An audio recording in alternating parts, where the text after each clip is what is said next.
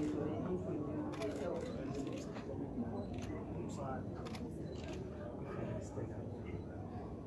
Which language are you comfortable to use? English. If you may state out your full names. TENDAI BITI, do you swear that the evidence which you shall lead before this commission of inquiry shall be the truth only? If you do so swear, raise your right hand and say, "So help me God." So help me God. Oath administered, you may take a seat if you want to take a seat. Mr. Biti, on behalf of the Commission of Inquiry, I would want to thank you for responding to the invitation to come before the inquiry today.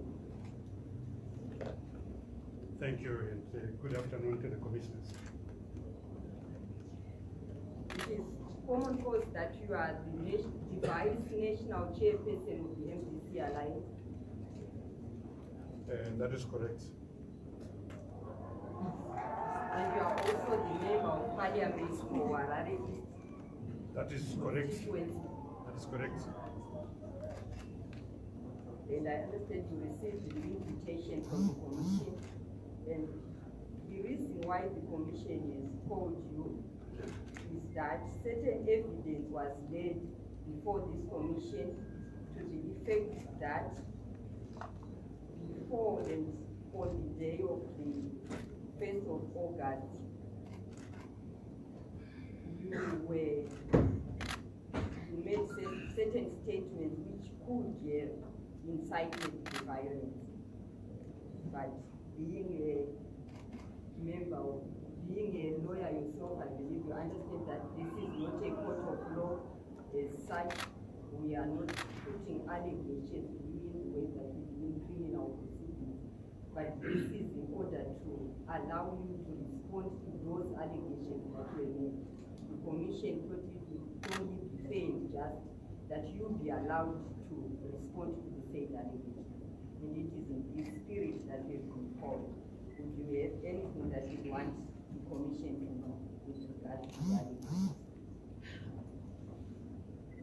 Thank you, Your Excellency, and members of the Commission. I have indeed received an invitation to appear before this Commission, and that invitation insinuated that certain allegations had been made by those who came to testify before the Commission. I have, Mr. Chairman, through my lawyers of record, Mrs. Mutetwa of Nyambirai Mutetwa and Associates, and also Mr. Chris Mike of Atherson and Cook, all instructed by the Zimbabwe Lawyers for Human Rights. I have requested copies of the transcripts so that I can study and prepare myself fully and see who said what against me or against the organization that I'm a member of, the Movement for Democratic Change. We've made this request on at least 6 occasions, and we have been denied access to the transcripts. So I need to say that I am appearing before this commission, Mr. Chairman, without prejudice. Or to put it differently, under protest, because I've not been fully finished with the transcripts, and therefore I'm unable to answer in minute and greater detail the allegations that have been made against me. I'm also appearing in Kasu under protest for the bigger and constitutional issue that from where I'm sitting, the real issue about the 1st of August 2018 is who actually gave the order to deploy members of the army, who actually gave the order to shoot an unarmed civilian population. And as far as I'm concerned, I'm a constitutional lawyer myself. Section 213 is very clear. Section 213 of the Constitution is very clear that only the country's president is responsible for the deployment of troops. And if that is the case, it means with great respect that the answer to who deployed is answered. It's answered by section 213 of the Constitution of Zimbabwe.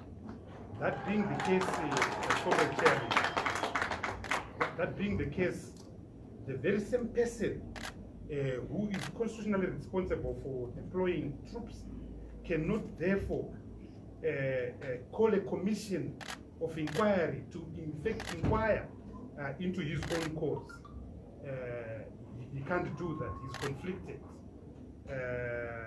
And so principles of natural justice would have demanded that another person, other than the person responsible for deployment of troops, appoints the commission. So I respectfully contend that the appointing authority had no legal basis of making the appointment in setting up the commission in terms of the commission's inquiry act for the simple and good reason that is conflicted by virtue of section 230. And I know, President, Chairman, that coming from South Africa, you will be familiar with the two judgments on state capture in which the High Court of South Africa, the Constitutional Court of South Africa disbarred former President Zuma from appointing a commission on state capture due to the very fact that he and members of his family had been mentioned, and allegations had been mentioned into state capture. He was also disbarred from appointing a commission of inquiry into the use or abuse of funds around the construction of the Nkankla residence, again for the same reasons. So I would submit, Mr. Chairperson, that if we have to follow the strict dictates of natural justice, constitutionalism, and the rule of law, the appointing authority cannot appoint a commission in which he is both judge and jury. My second basis for the objection, or third basis, are the terms of reference.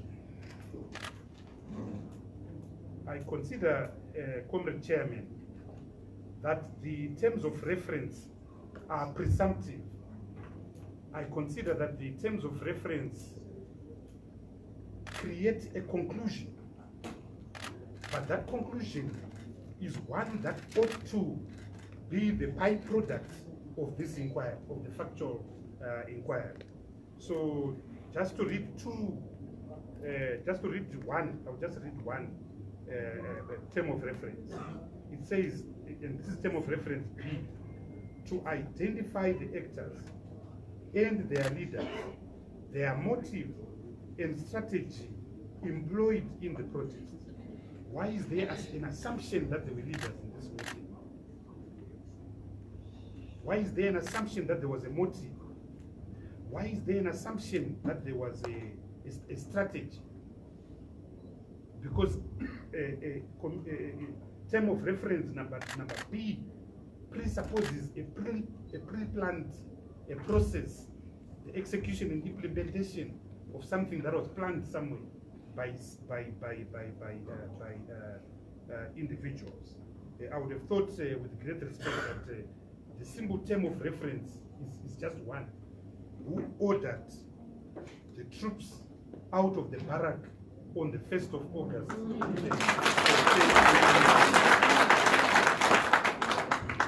And who actually gave the command to kill an unarmed civilian population? So with great respect, I consider that the terms of reference are flawed. With great respect, Mr. Chairperson, I have a problem with and I say this with great respect to all of you, I have a problem with some of the commissioners. I think that if justice is to be done, and more importantly, if justice is to be seen to be done, and the test of bias in our law is very simple, as well as in South Africa. It is not what is actually happening. It's not whether there's actually bias. It's actually the perception. What would be the innocent bystander think of when certain appointments are made? So I would like to submit with great respect that some of the persons sitting on this commission do not inspire confidence, do not inspire the belief that this commission can be neutral. And I say this with great respect, and I need to underline that I'm creating a gap between the objective conduct of the commissioners and the subjective conduct, or rather the subjective perception, because the test for bias is subjective. What is the perception of the innocent bystander out there? Because justice must not only be done, but it must be seen to be done. In other words, there must be legitimacy in the mind of the public that those who are administering justice, those who are inquiring on matters of fact, are objective, are impartial, and they are neutral. So I have a problem with Commissioner Charity Manyeruke. I think that she is not in dispute that she's a member of the ruling party.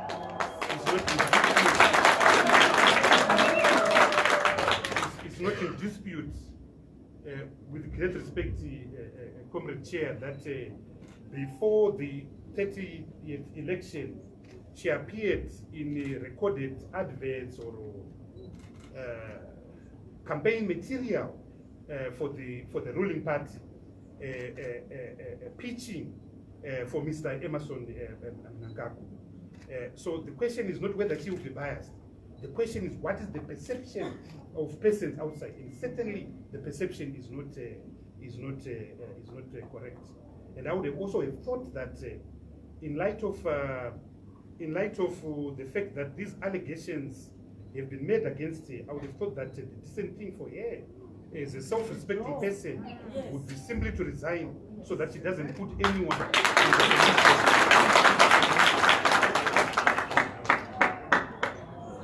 I have a problem too with the barrister from the United Kingdom. I don't know his name, but I presume it's the white people. I've gone through his website, Mr. Chairperson, and his own personal website, as a personal. So he boasts of a strong association with military and military governments. He says on his website that he actually advises military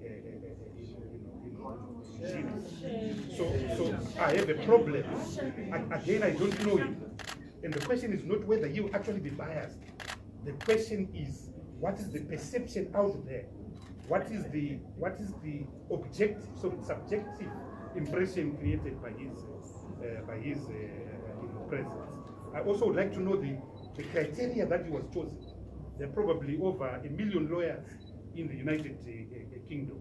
Is it that he was chosen purely because of his actual association with the military junta and so forth? So I've got a problem with him, and I don't think that using the test of bias developed in our law in cases such as McGowan versus the Minister of Health, I don't think he will pass the test. I also have a problem. A problem with the Mzee, the general from the Republic of Tanzania. Again, the intelligence we have in our party is that he's strongly associated with our vice president. That may be correct or may not be correct, but the fact out there is that what is the perception to the public? I would have thought that what was simply needed were neutral persons, people with, for instance, yourself, Mr. Chairperson, Chief Emenyeka Nyonyoko, people with no bone in the fight, but to appoint persons with some kind of parentage to the military government here, I would have a problem with that. So that's my third, objection. So in short, on this score, it is my evidence, my testimony, my view, and my submission that this commission ought not to have been appointed by the appointing authority that appointed, for the reason that I've pointed out above. And secondly, that there are certain things that raise questions, the terms of reference and the appointment of certain commissioners. So I'm giving evidence under protest. The second aspect of my testimony, Mr. Chairman, with your permission,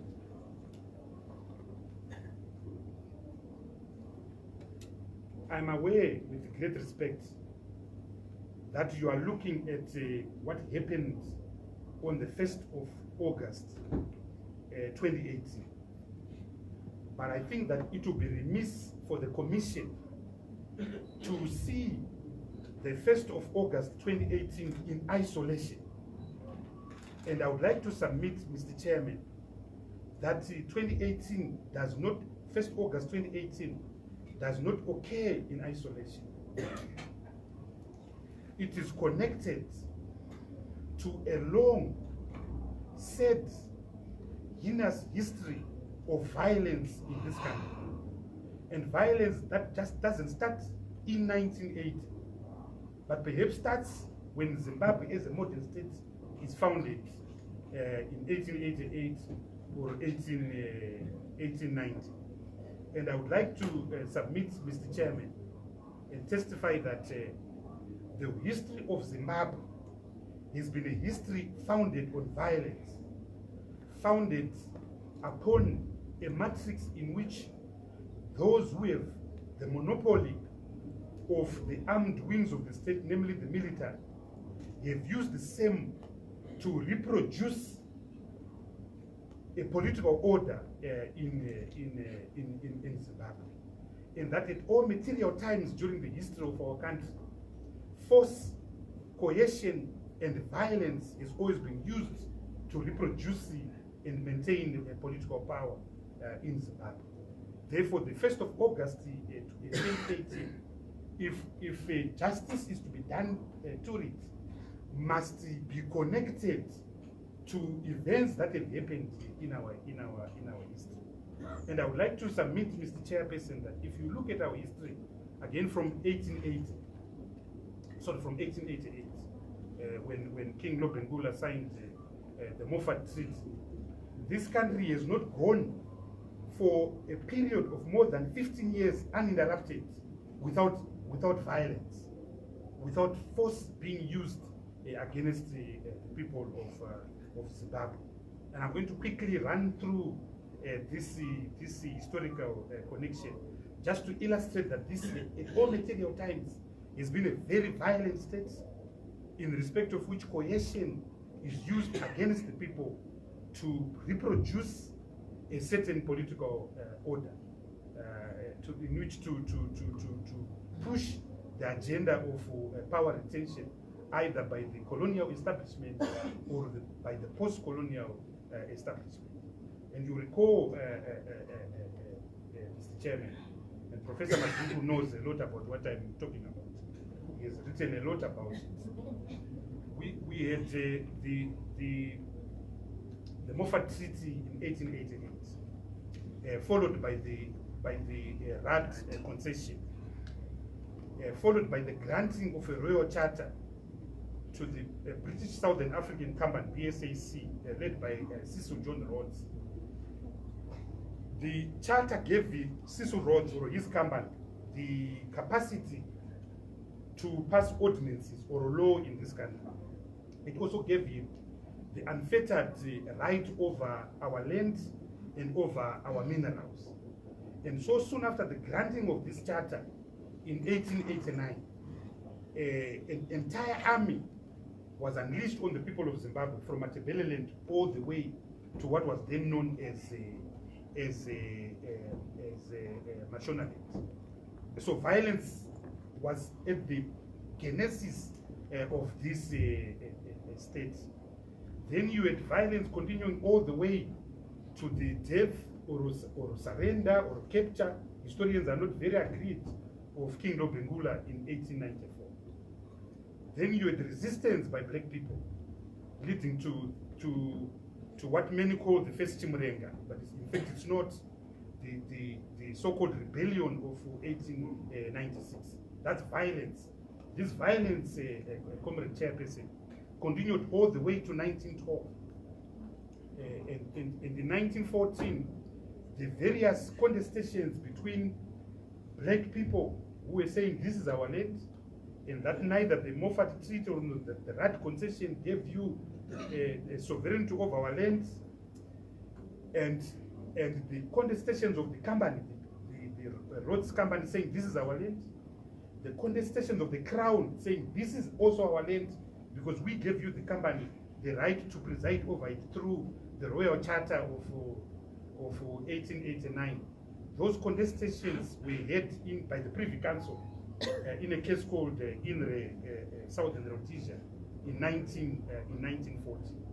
So there was a period of allow, but violence erupted again in 1923, 1925, again over land, forcing and prompting the Rhodesian regime to appoint what was called the Maurice Carter Commission. And the Maurice Carter Commission was determining the question of whether, number one, blacks should be allowed to own land. Number two, whether whites should co-own land with the black people side by side, or whether whites should own land on their own, solely and exclusively. The result of the Maurice Carter Commission was that whites should own land own land exclusively on their own. The findings of the Maurice Carter Commission were codified in a law, Comrade Chairperson. That law is known as the Land Apportionment Act of 1931. It totally dispossessed black people in this country of their lands. It forced people to go into reserves. Violence started again. There were armed skirmishes across the length and breadth of this country. And it was the military, the colonial military, that was used with great force to subjugate a protesting black population. That the emergence of the colonial state also coincided with the emergence of black labor. As way back as 1894, they introduced a hard tax where black people were asked to pay 10 pence, but you could only get 10 pence if you were going to work in a farm or in a mine. So by the 40s, there were now serious black unions in this country, with the main one led by a man called Benjamin Burombo, who organized the protest in Wange in 1944. That strike, Mr. Chairperson, was the genesis of the nascent nationalist movement, which would then be led by Joshua Ngomo in the 50s. So we have never known peace. It has always been violence, with the state using violence against the black population. The nationalist movement, the organized nationalist movement, saw the execution of the War of Liberation starting in the late 50s, the early 60s, until the colonial establishment here, or the white establishment here, broke away from the colonial establishment by unilaterally declaring independence on the 11th of November 1965. UDI, as we call it, just accelerated violence. And so we had a war of liberation that only ended in 1979 and left 50,000 people, black people, dead in this country. So the colonial state was primarily a violent, vicious state that reproduced its minority rule through violence, oppression and repression of the black people. After independence, nothing changed, with great respect, Comrade Chairperson. Up until 1979, you had two armies. A guerrilla army led by nationalists fighting a colonial or neo-colonial troop led by Ian Smith and generals like General Peter Walls. I suspect that part of the challenge we have in this country is that in 1980, one army, a black one, just succeeded another one, the white army, without the infrastructure of cohesion, of centralism being decimated, which is why, Comrade Chairperson, the first threat that the post-independent government faced in 1982 the challenges of so-called dissidents, and I use that word with great circumspection and apology. They responded in a military way. Any other person would have engaged in dialogue with the communities that were affected. But our government responded in the only way it knew best, namely a military response. And that military response, we now call it Gukura Hundi, a process in respect of which 20,000 of our country's peasants perished. It is good that we're having this commission of inquiry around what happened on the 1st of August 2018. But I think that something is wrong with our country, that we have not had a commission of inquiry, a public commission of inquiry into a happening where over 20,000 people lost their life. There's something wrong there, and very wrong, Comrade Chairperson. So 30,000 people were killed by the army, led by the 5th Brigade, some of whose commanders are sitting in the present-day government.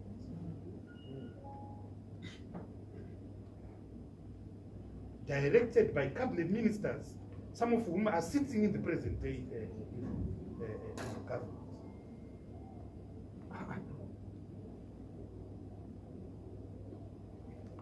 And again, you can see the gap. If you were counting the periods, you can see, unfortunately, that we have never had more than 15 years of uninterrupted peace since 1888.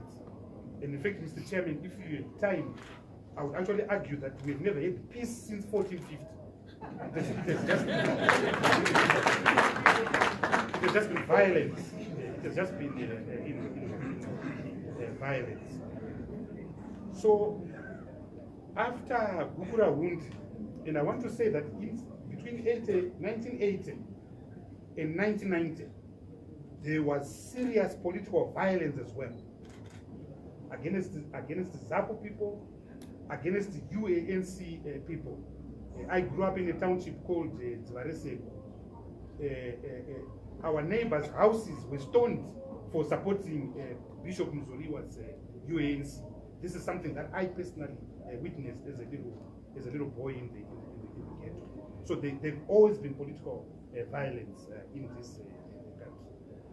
Despite the bigger picture of Gukura Hundi, there were these side stories and side shows that have been taking place in our country. Then you had, Mr. Chairperson, the violence associated with our land reform program.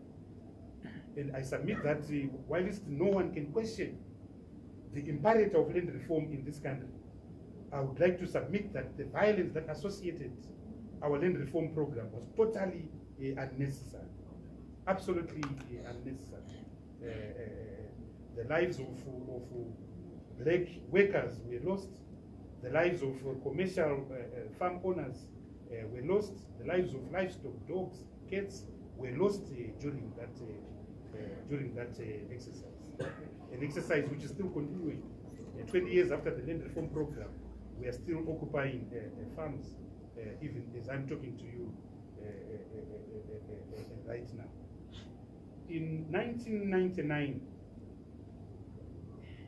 the MDC was born, pursuant to the National Working People's Convention that was held in Hillside, about 5 kilometers away from this venue, on the 24th and the 26th of February in 1999. Commissioner Maduku also attended with myself at that convention.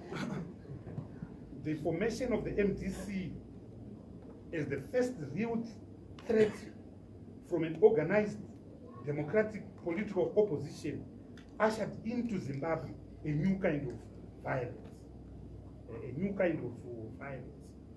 And that violence starts after the constitutional referendum that was held on the 10th and 11th of February 2000. We had a constitutional referendum, Comrade Chairperson, and a civic society organized ourselves in a civic body known as the National Constitutional Assembly. And the referendum made a simple question, yes or no. Yes to those who wanted a commission that had been prepared by a commission of inquiry chaired by the late Chief Justice Godfrey Chitausiku and those who said no. So we mobilized for the no vote. Dr. Maduk was part of our campaign, and the no vote succeeded.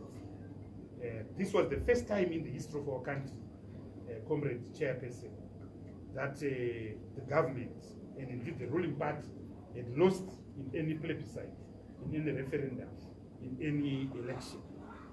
But that referendum, number one, it created the land reform program, because white farmers were perceived to have been supporting the opposition in the no vote.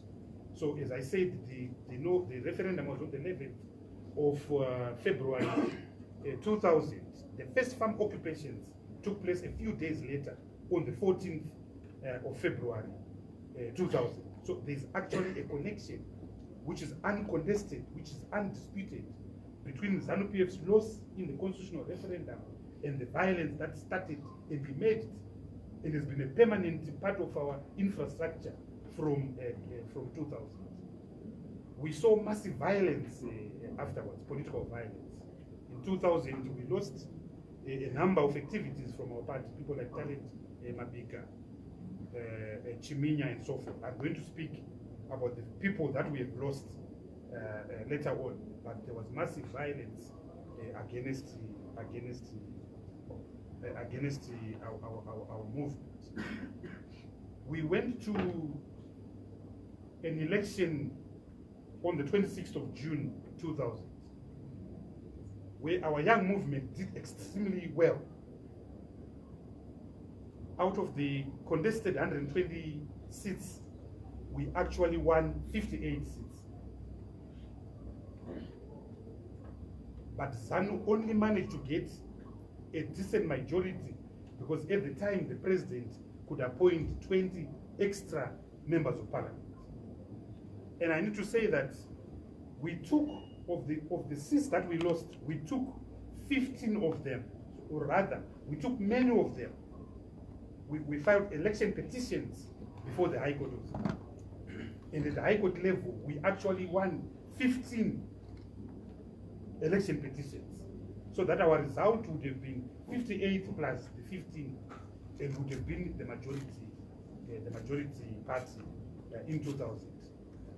But sadly, all our appeals, for reasons that I don't want to go to, were reversed. All on appeal, all the 15 cases we had won at High Court level were reversed. But I'm saying this to point out to the fact that when we went to the presidential election, that was held on the 11th of March 2002, given how well we had done as MDC in the June 2000 election, there was no one who doubted that Morgan Richard Changirai was going to win that election, was going to defeat the ZANU-PF candidate, President Mugabe. So it was not a surprise that on the eve of that election, the military, through General Narash, issued a statement, Comrade Chairperson, in respect of which it made it clear that it would not recognize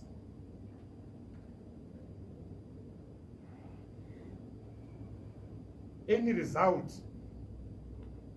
from the general election of 2002 unless someone with the liberation credentials had won. And Mr. Chairperson, allow me to read the quotation. So General Znalashi said, his full names were General Vitalis Znalashi. So he stated, to this end, let it be known that the highest office in the land is a straitjacket whose occupant is expected to observe the objectives of the liberation struggle. We will therefore not accept, let alone support or salute anyone with a different agenda that threatens the very existence of our sovereignty, our country, and our people. So, we speak about the coup that happened in November of 2017, Comrade Chair. I would like to submit that this statement was actually the first coup, or the first preemptive coup that this country saw in March 2002.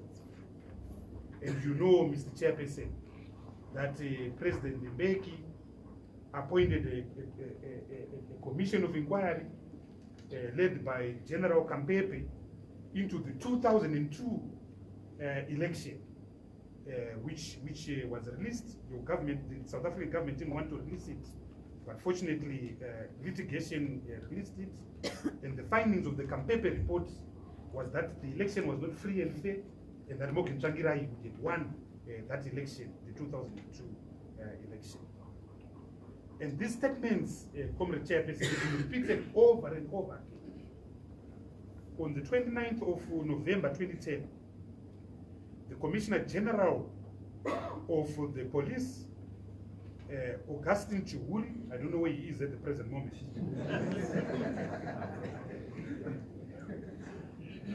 And I'm not sure whether he still believes in this statement, but he stated as follows: this country came through blood and the barrel of a gun, and it will never be recolonized through a simple pen which costs as little as 5 cents.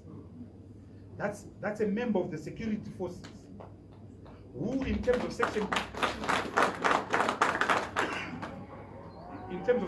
206 of our constitution, must be neutral, must be impartial, and serves the state, not a political party. I've got another statement made by Brigadier General Douglas Nikayaramba.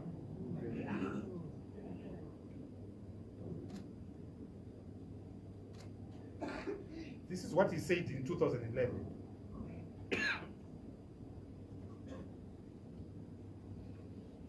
Daydreamers who want to reverse the gains of our liberation struggle will continue daydreaming. They can go to hell. They will never rule this country. No one will rule this country without any revolutionary credentials.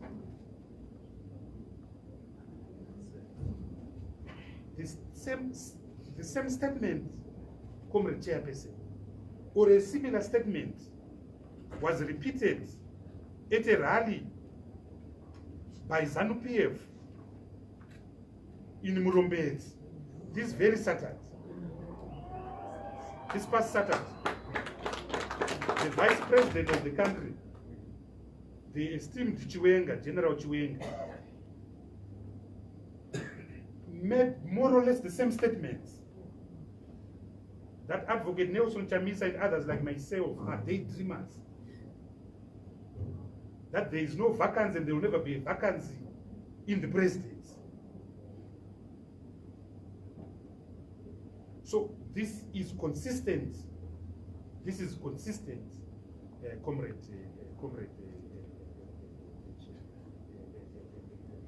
Chairperson. I want to speak to and make the point that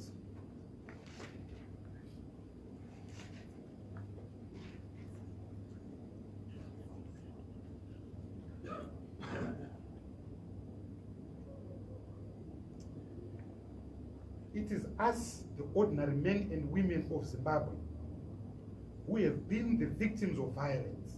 Yeah. And victims are not perpetrators, Comrade Chairperson. Victims will always be victims.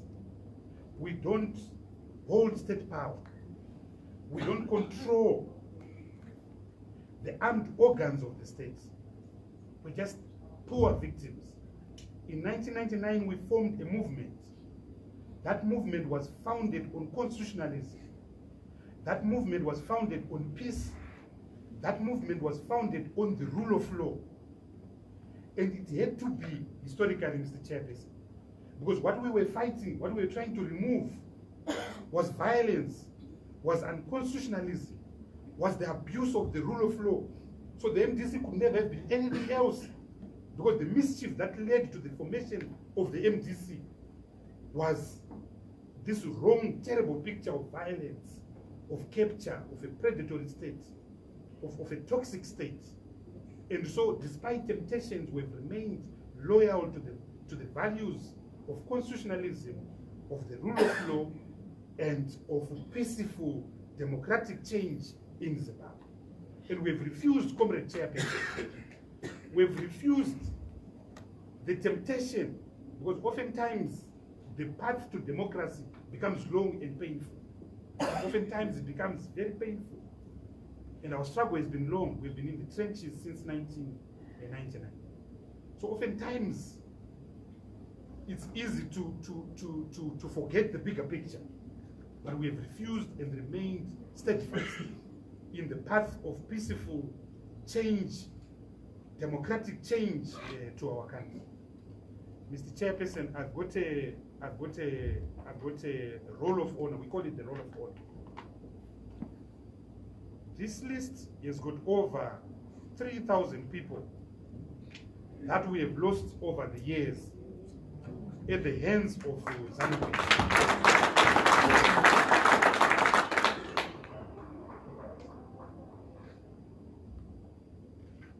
And can I be allowed to submit the same as Exhibit A?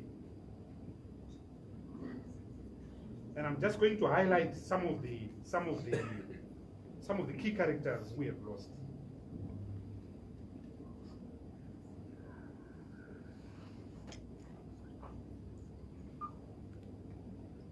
In 2000, we lost two outstanding cadres of our struggle in Bohera. One was Tichaona Chiminya, and the other one was Talent Mabiki. A High Court judgment by Justice Bartlett identified the killers of Talent and Chiminya. It identified them as state agents Kitsia Tota and Biri. A High Court judgment. Notwithstanding that High Court judgment, there has not been a prosecution to this very day.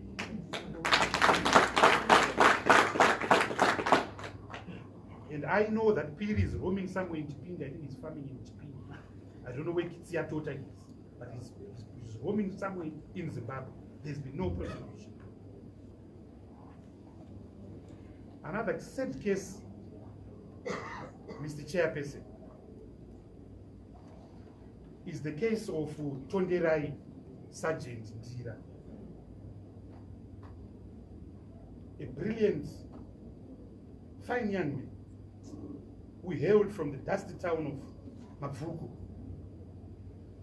He was abducted in 2008 during the runoff to the June 2008 election.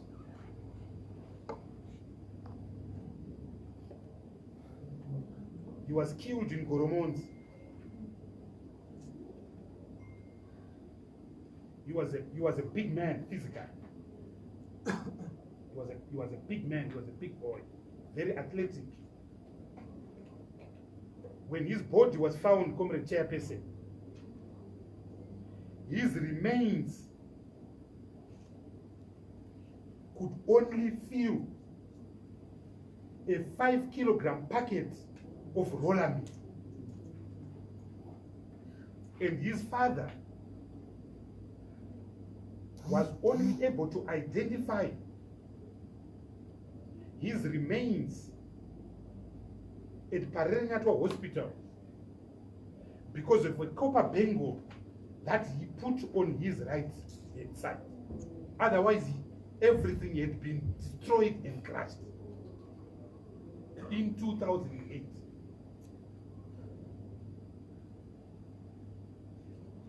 His lawyers at the time, Advocate Mtetwa, is here, filed what we call in our law a habeas corpus, which is an application for the release of someone who has disappeared. So on their way to argue this habeas corpus, news reached the lawyers that Tondera Indira's father had just identified him through that copper bangle, we call it a bangle in this part of the world.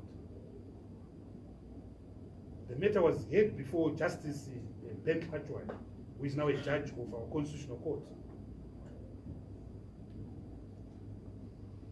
The police representatives who appeared in that court proceeding then advised the court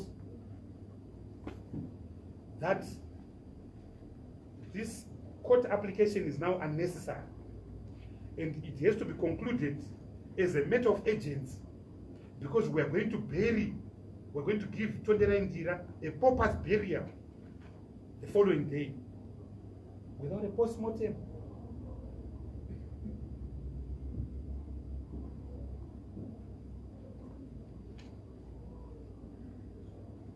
And thanks to State Council, the lawyer who was standing for the State Council, who is the secretary to this commission, Mrs. Virginia Mapis, she says,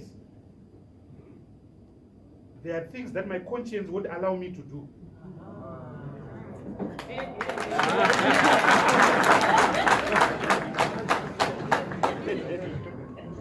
So she refused to be part of the process to do with the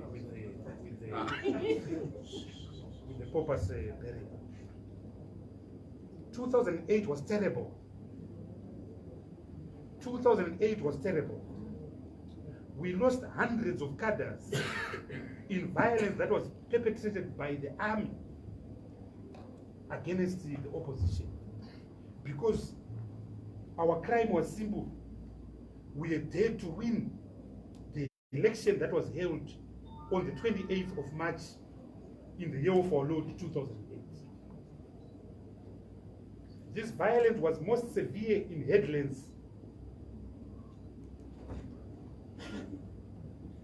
because of the activities of the then Minister of State Security, Didmas Mutasi. This violence was most severe in Mashona and Central. Mr. Chairperson, one family in a village called Chawona lost 15 people on the same day in 2008. The perpetrators are known. They've never been prosecuted.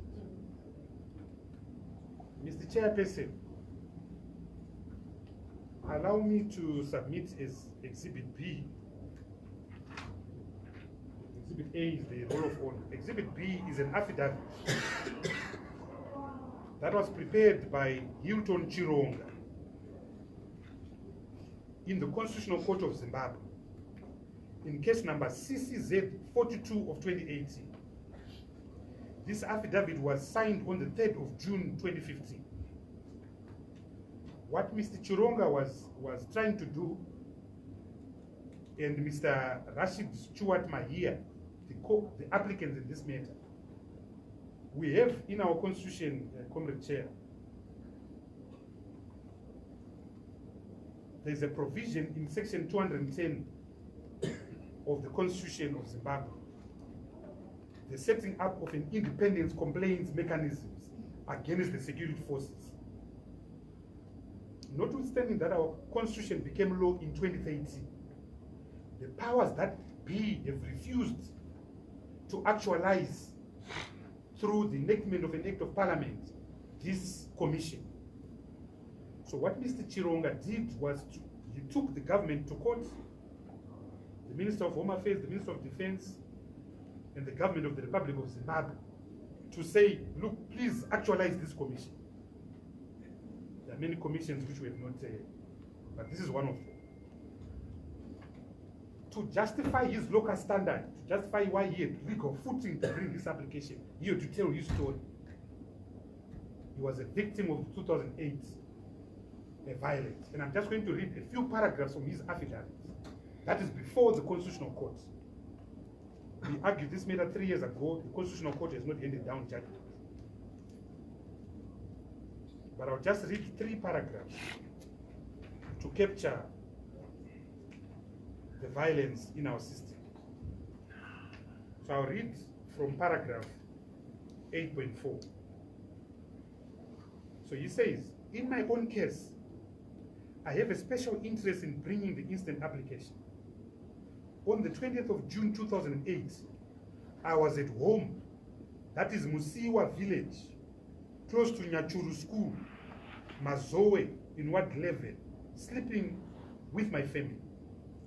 In the early hours of the morning, we woke up and found our homestead surrounded by a rowdy crowd that included Richard Chirongwe, the ZANU-PF electoral candidate for Mazoe constituency in the March 2008 election, soldiers in the form of Cairo Mandu and Chamnorwa Chakanyuka, and various other persons whom I believe were members of the security agency, in particular the CIO.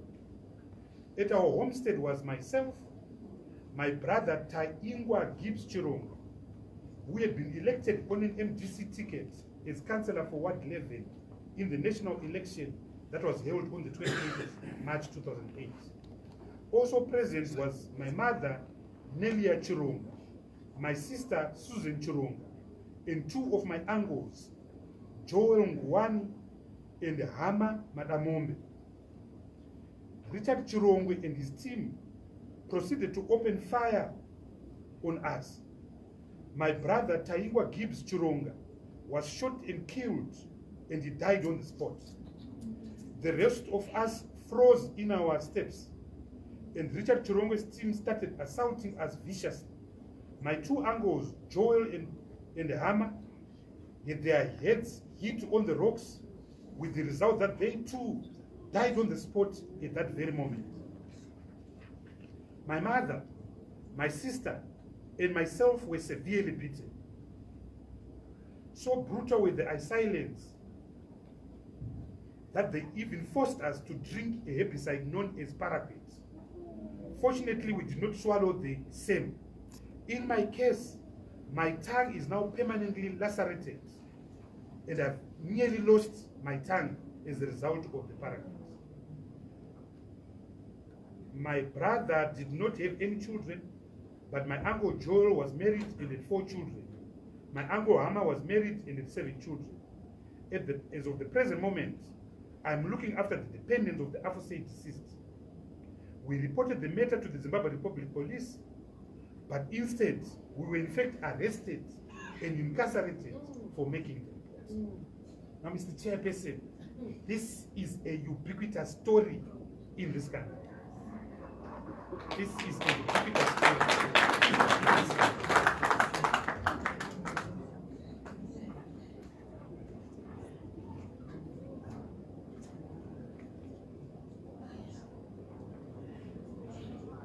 There have been various reports on violence in this country. There have been various reports on violence perpetrated by security agents, perpetrated by the military. And I want to refer, Mr. Chairperson, your committee, to what I will call as Exhibit C, which is a report produced by the Zimbabwe Human Rights NGO Forum, dated July 2012, called A Culture of Impunity in Zimbabwe. A report on access to justice for survivors of organized violence and torture, OVT, in Zimbabwe. If I might so submit, Mr. Chairperson.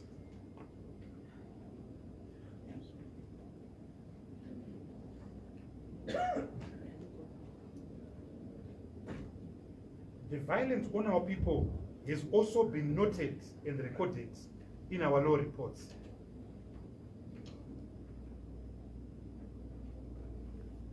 So unintentionally, our law reports have become witnesses to the brutality of the regime in Zimbabwe over the years.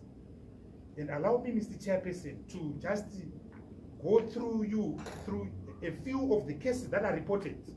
There are quite a few lawyers on the commission. So in other words, this is evidence that was accepted. These are judgments that are pronounced on violence in Zimbabwe, perpetrated against the people of Zimbabwe.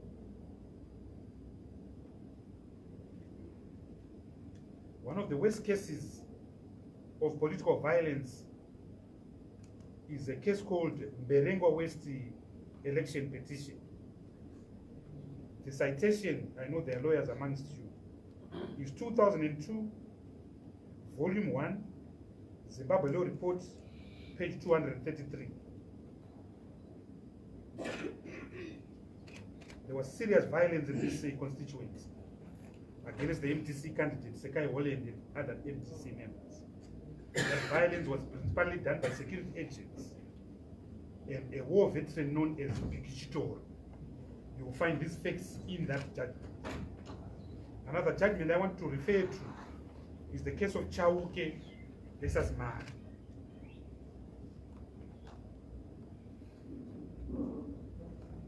This was violence that took place in Chiredzi North.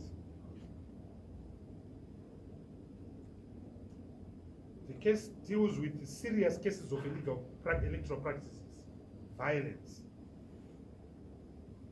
The citation of that case, which was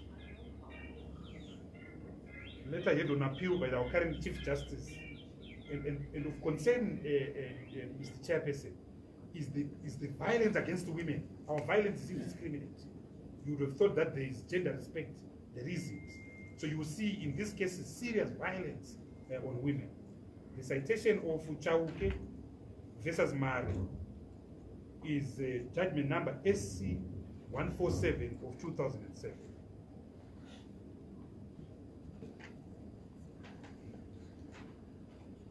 The next case I wish to refer to is the case of Eugenia Teera versus Minister of Defense.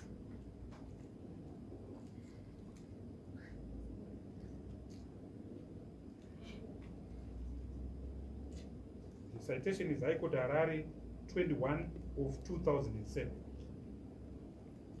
And this case involved the plaintiff, Mrs. Teera, suing the Zimbabwe National Army for the sum of $70,000 for damages for pain, shock, and suffering in condomelia as a result of an unlawful assault, an assault that was inflicted on her by members of the Zimbabwe National Army in Glenview. And the judgment was handed down by Justice Mungwe. And I'm just going through the notorious cases, some of the notorious cases.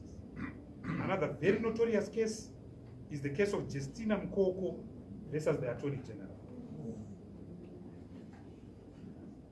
The citation is SC 11/12. It's a very sad judgment, Mr. Chairperson. It's an indictment to our society. It's an indictment to this state.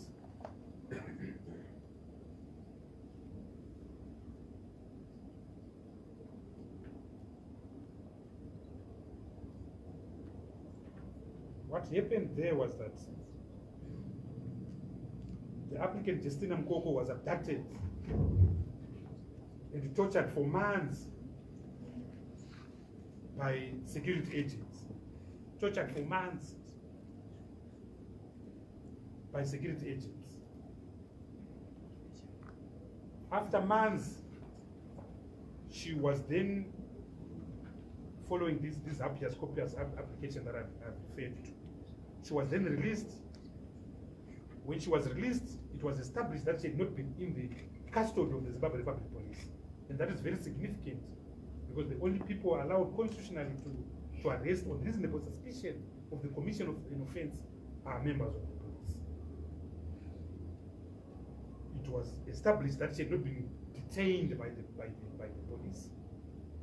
So she brought an application in the Constitutional Court, in the Supreme Court, and the judgment was actually written by our current Chief Justice, Chief Justice Malala.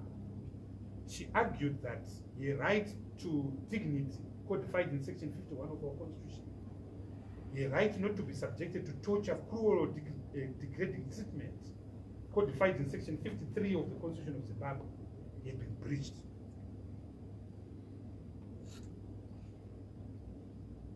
And the Constitutional Court unanimously, all of them, concluded that the state, through its agents, it violated the applicant's rights protected in the old Constitution, Section 13.1, Section 15.1, and Section 18.1 of the Constitution, and therefore ordered a permanent stay of the prosecution. In other words, the Constitutional Court felt that the violations of their own rights were so great that any criminal proceedings had to be permanently stayed. This is a decision of the highest court in our land. So this violence is not of our making. It's codified and witnessed in our law reports. The next case I want to talk about is the case of Lillian Chinyerere versus Minister of Home Affairs.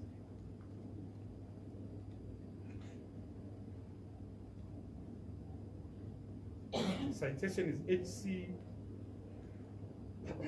11969 of 2016.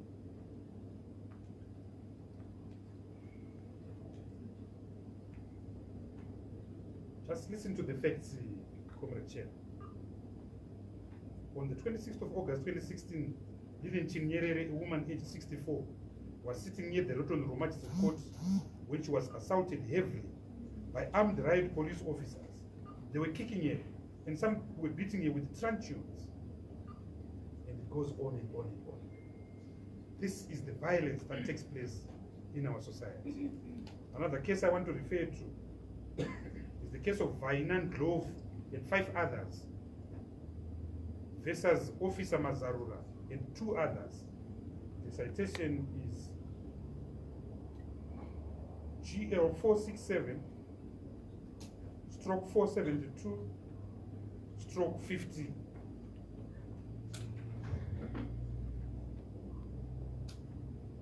Can I also refer to the case of Sophia Tagwire versus Officer in Charge Triangle and 2 others, Chirez Magistrate Court. The citation is GL 184 stroke 2015. This is violence in Mashingo province. Can I also refer you to the case of Ellen Mteiwa? This is Officer in Charge Mashingo province. And the citation is GL 208 stroke 50. I also refer you, Mr. Chairman, to the case of Gertrude Changwesha versus Officer in Charge Triangle and 2 others. Again, Mashingo province. The citation is GL 201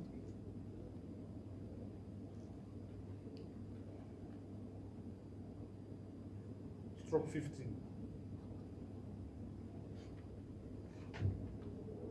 Can I also refer you to the case of Constance Chuma versus Mponisi Mpofu and 3 others. The citation is High Court Harare 19 stroke 15. And I also refer you to the case of Cynthia Fungai Manjoro versus Minister of Home Affairs, Commissioner General of Police, and the Prosecutor General. And the case number is HC 2965 of 40. I can go on and on, Your Excellency. But the point is that this is a very violent society. The point is that there's only been one victim. That is ordinary men and women of Zimbabwe. There's only been one victim, the majority of members of the movement for democratic change. There's only been one victim.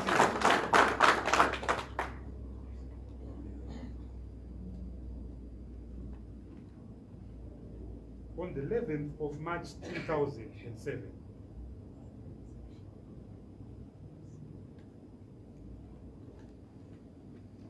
civic society organized under the banner of Save Zimbabwe campaign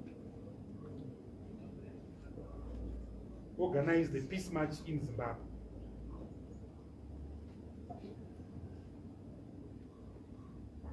Which was sanctioned as it were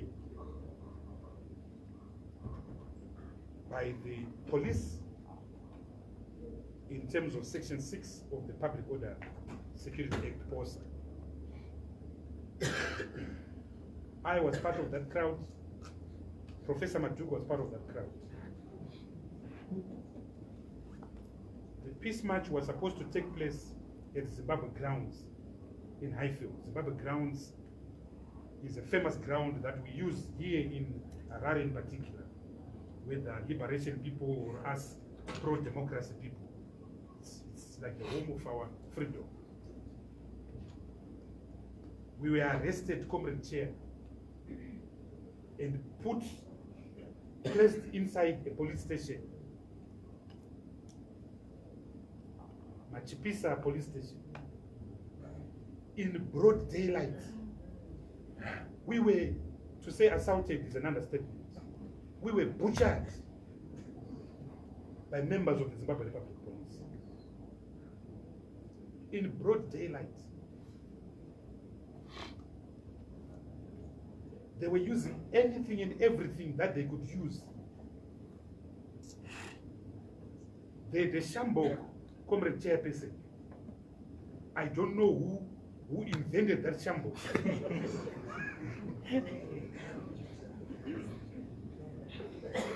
That Shambok, if it hit 3 strips, if it hits you, it came away with your skin. They were using police truncheons. Morgan Changirai was left for dead.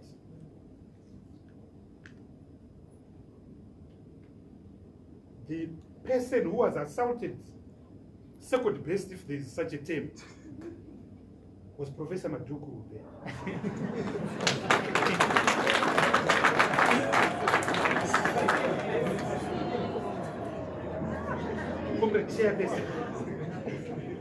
They took a belt. They took a belt which had an iron buckle. So the iron buckle had a little hook, an iron hook. They were hitting Professor Maduku in the head.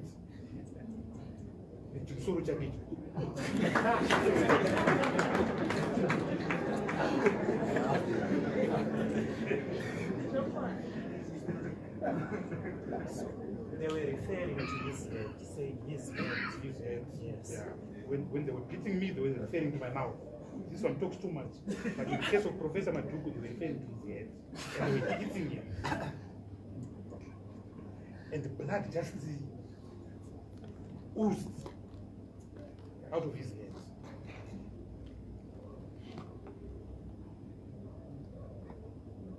When they were beating us, they were busy shooting people outside.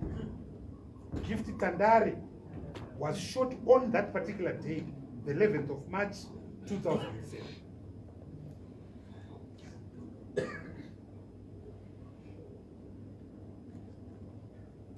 We were taken to Harare Central Police Station, across the road, Mr. Chairperson.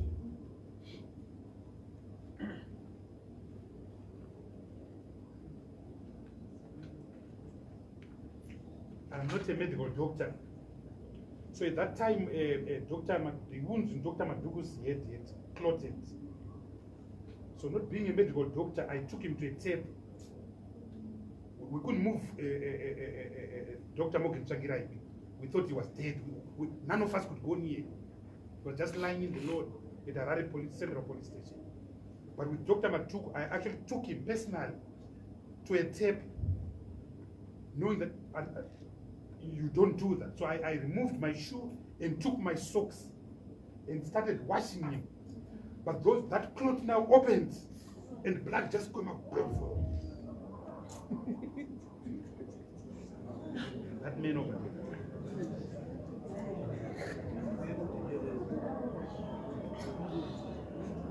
On the 11th of March, we were taken to hospital to the Avenues Clinic, where we stayed for a few days. They wanted our wounds, the swelling, to heal a little bit before they took us to remand court. So after like 3 or 4 days, they took us to remand court, court number 6 at Rotten Row.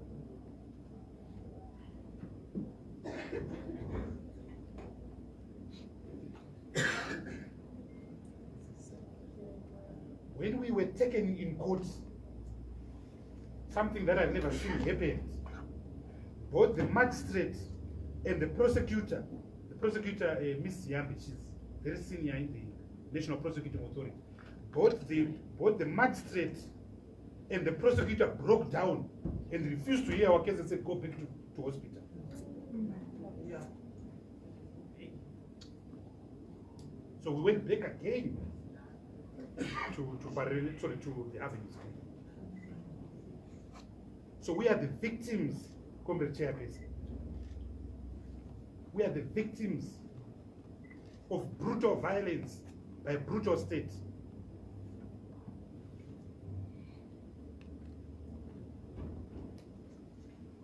On the following week, the 18th of March, at Harare International Airport, Advocate Nelson Chamisa was leaving the country as a member of parliament for a meeting in Brussels of the ACP. When he was brutally assaulted at the Harare International Airport in broad daylight and left for dead.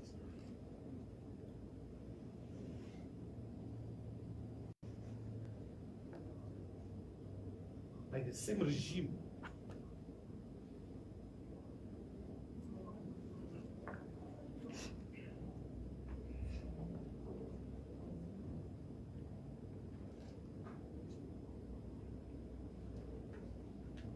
So your term of reference number 1 says to inquire into the circumstances leading to the 1st of August 2018 post-election violence.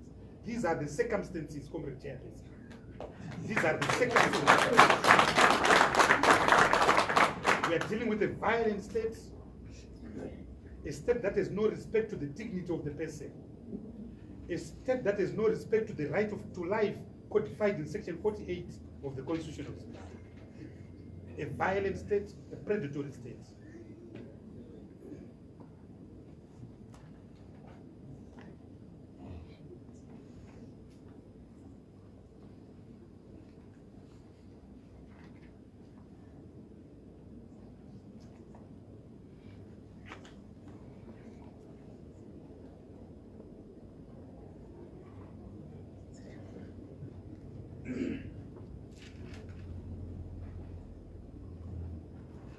But the violence, Comrade Chairperson,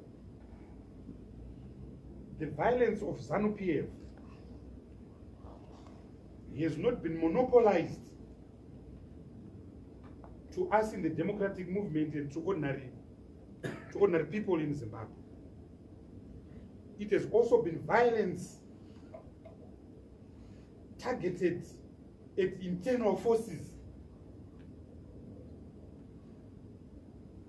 And I need to say, just to connect the dots, that it was as a result, Comrade Chair, I know you're familiar with this, it was as a result of the March 11 assault that I've just described, that SADC then called for an extraordinary summit in Dar es Salaam on the 29th of March 2007, which is the summit that then appointed President Thabo Mbeki to act as an intermediator and facilitator on the Zimbabwean crisis.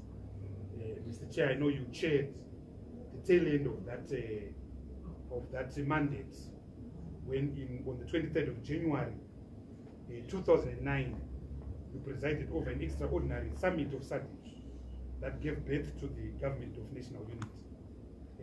It's your then resident Nyamandlo in Pretoria or Tswana. So that is where it came from. I thought I would just complete it once. But I was talking about the fact that violence is not monopolized to members of the democratic movement and to ordinary Zimbabweans. There is also massive violence within ZANU-PF itself. And violence inside ZANU-PF is used as an instrument to deal with opposition, to deal with dissenting voices.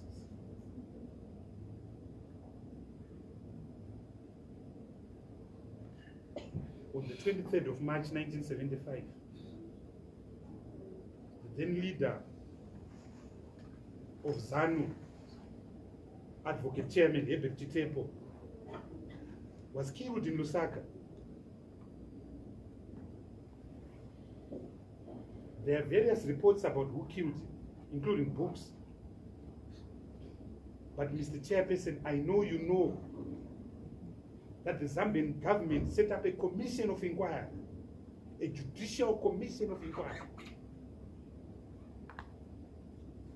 whose findings are very clear. Herbert Chitepo was killed by his own comrades in Zambia.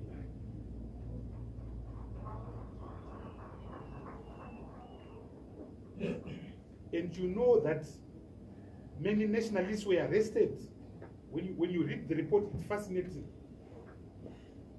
Because all the people there, the leading members of ZAND went with QCs like him to appear before that commission. And the findings of the commission of inquiry by the Zambian government came to that conclusion, that it was an inside job. And you also recall that before the assassination of Chitepo, there was a rebellion in ZANU by young military officers led by Thomas Nari. Hence it's known as the Nari Rebellion.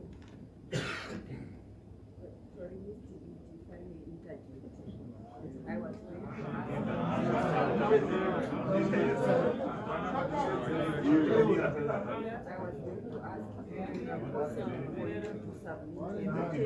submit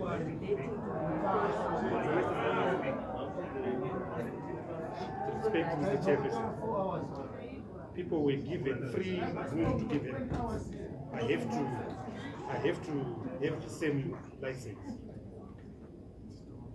And what I'm speaking to is germane.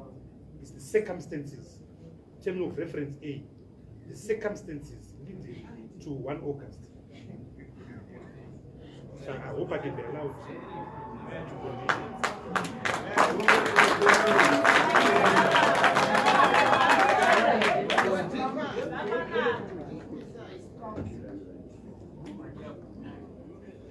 So what happened was that these 2 boys, Thomas Nari and Badzi, led the revolt. They were very junior officers. So they led the revolt against the senior ZANU hierarchy. And their cry was that, look, we are living in poor conditions whilst the chefs are enjoying. You know, they're spending money, they're doing what. So these boys revolted and went against their senior leaders and did many things that included capturing the wife of Commander Tongogara, Josiah Tongogara. A battalion then came from Tanzania. ZANU then sent a battalion led by Solomon Mchuru to put down these youngsters. Many of them were shot, Comrade Chair, violently.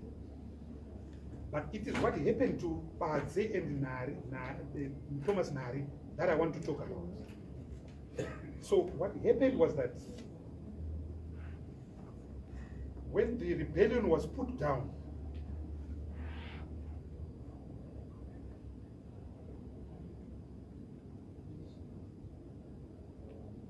the frontline states, through President Mwalimu Julius Nyerere, issued a statement to the effect that, in fact, it was a directive, that there to be due process, Comrade Chairperson, and that Nari and Badze should go through a trial, through due process, and that they were not to be executed. They were not to be executed.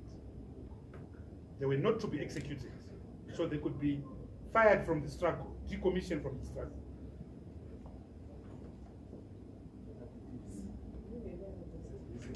What happened, Comrade Chair, is said.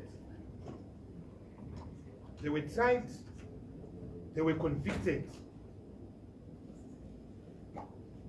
They were decommissioned. That was the official sentence. That was the official sentence. But the actual sentence was that in the middle of the night, 10 or 15 of these boys were taken to a place called Chifombo in Zambia. Pins were dug. They were put inside, like we see in Western movies. And their heads remained. Then ZANU-PF took axes and hit them on the head, executed them. They were left for days to be eaten by scavengers in Chifombo in 1975.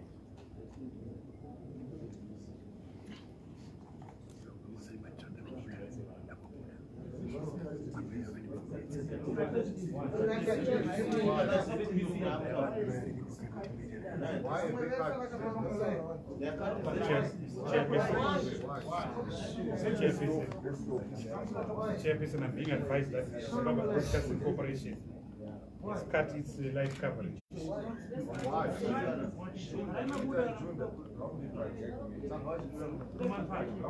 want to make an official complaint. It's conduct consistent with the ruling party.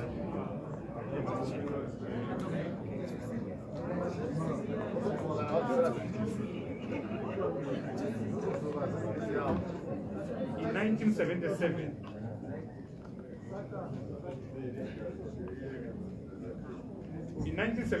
Comrade Chair,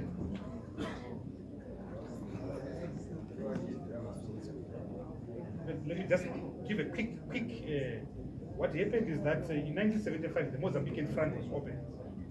So guerrillas from ZANU and ZAPU moved into Mozambique. But because they were so unhappy with the hierarchy of both ZANU and ZANU, they went and formed a new organization called ZIPA, the Zimbabwe People's Army, ZIPA. It had 18 commanders, one from ZAPU, the other one from ZANU. So I think the leader was, I think, JZ Moyo. And then Solomon Muchuru, and it went on like that.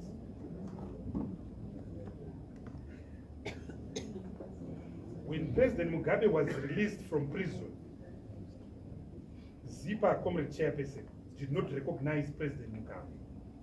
So when the nationalists went for talks in Geneva in 1976, there were two organizations. There was ZIPA, then there was ZANU. So the nationalists were not happy with that. So what they did was in January of 1977.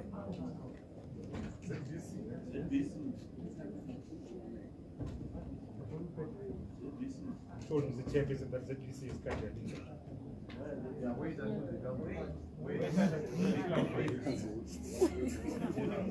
Mr. Chairperson, ZIPA at the time was led by these young radicals. That included the late Wilfred Manda, whose Chimurenga name was Tinashe Machingura. That included people like Webster Gwawea, Pakachi Poera, young Marxist radicals. So what happened was that in January of 1977, they were called and they eventually agreed to a meeting at a compromise area, namely Baira, as opposed to Chimoyo or Nyatsoyo. So they said, okay, fine. We will go to Baira. They were then called, 50 of them were then called in a basement. So they went down that basement. When they went down that basement, they found themselves surrounded by Frelimo soldiers. And they were arrested. Many of them were shot on the spot.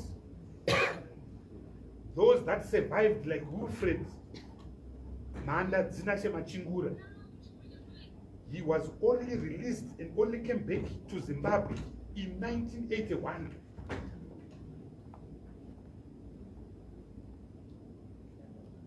Over almost 2 years after independence. And only because a German crew of journalists had discovered that there were some guerrillas who were still detained because they'd been put in northern Mozambique in a forest where they couldn't run away because they were animals. I had the privilege of representing Wilfred Manda. He was telling me that when they were in prison, they used to be fed rice cooked with stones. So when you are chewing it, you don't know whether you are chewing a rice or a thing. That's the ZANU we know, Comrade Chair, a violent political party. That was 1977. In 1978, senior leaders of ZANU-PF, who included the late Kumbirai Kangai, he later sold out. That's how the hierarchy knew of this. Mukudzei Midzi, Henry Hamadzilipi, Christopher Mudzingwa, and others in Rugare Gumbo. Rugare Gumbo is still alive. So they were accused of organizing a coup against President Mugabe. And their argument was that you, Robert Mugabe, you have taken over, but you were not elected at the Congress. Then one of them sold out, as I said. They were arrested, Comrade Chair. Many of them were shot, like the Wilfred Manda group. Some of them were put in detention. Like the Wilfred Manda group, a few of them only came back to Zimbabwe, including Rugare Gumbo, way after independence. When again they were discovered by journalists or embassies who knew that there were people. That's before independence. After independence, we have prominent people that have been killed. Sidney Malunga. The famous joke in Zimbabwe is that you will see a black dog, and the black dog is a euphemism for political assassination. And then over the years, there have been many black dogs, the Comrade Chairperson, in our political organization. The most famous of these political assassinations is the assassination of General Mujuru on the 14th of August, 2012.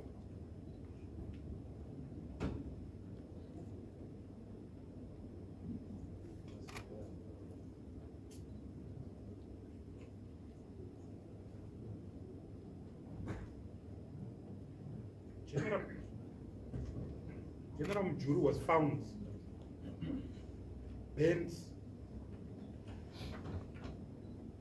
to death at his farm in Beatrice. Evidence given at his inquest was that those who tried to douse the fire, the more they poured water over the fire, the more the flames grew. Meaning that, Mr. Chairperson, a very sophisticated accelerant, something more complicated than petrol, had been used to assassinate General Mujuru. And we know that General Mujuru was perceived as a real threat inside the system.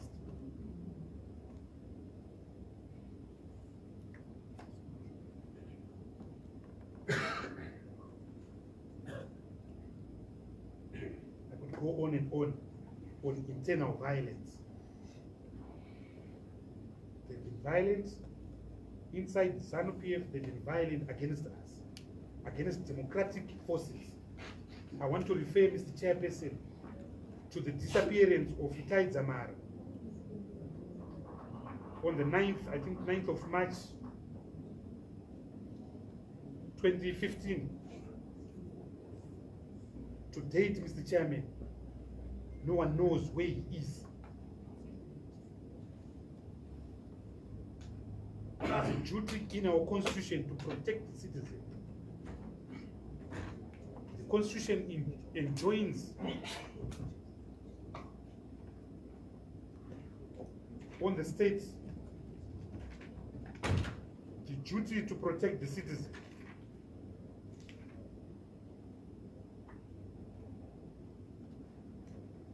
Section 35 of the Constitution of Zimbabwe. All Zimbabwean citizens are equally entitled to the rights, privileges, and benefits of citizenship. In subsection 3, all Zimbabwean citizens are entitled to the following rights and benefits. A, to the protection of the states, to the protection of the states. And I would like to contend the Comrade Chairperson that people like Itai Zamara, people like all those people that are on that roll of honor that have submitted, they've been denied protection by the state, which is mandatory, which is obligatory in terms of the Constitution.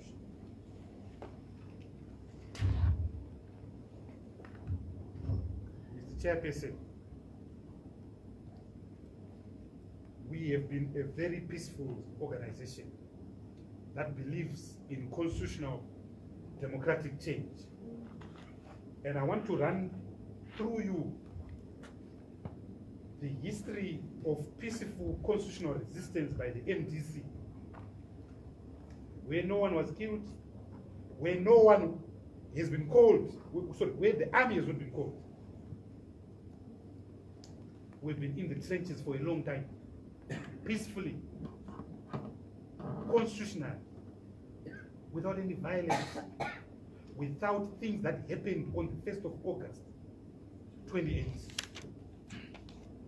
Way back on the 11th of June, 1992, the Zimbabwe Congress of Trade Unions organized a massive demonstration in this country. It was on a Saturday, led by Gibson Sibanda, led by the late Morgan Changirai. There was no violence.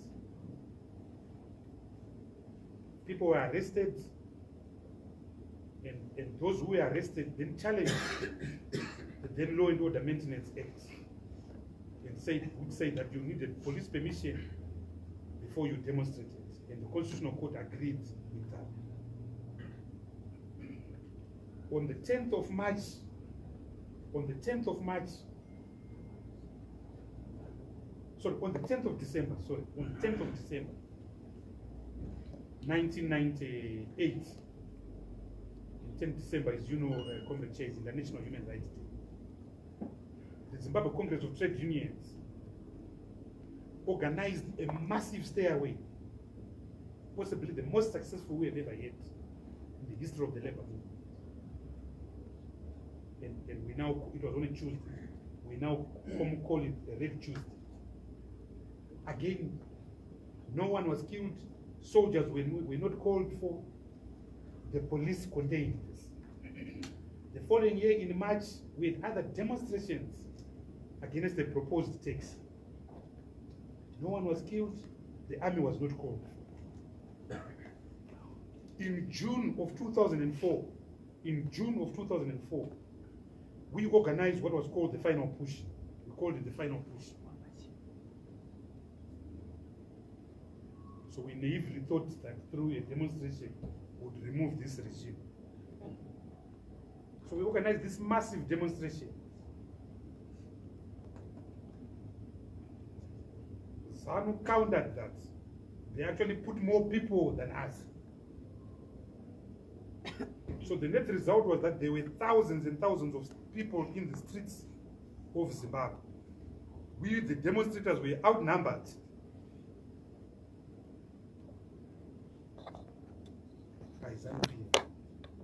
No one was killed. The army was not called in. The police controlled the situation.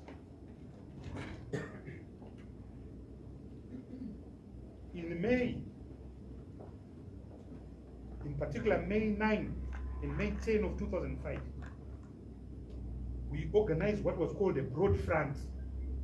And Dr. Maduku, Professor Maduku was part of that. We demonstrated against the cleanup operation, Operation Muramba 3, for 2 days. Again, The police were able to control us. The army was not called in. No one was shot. No one was killed.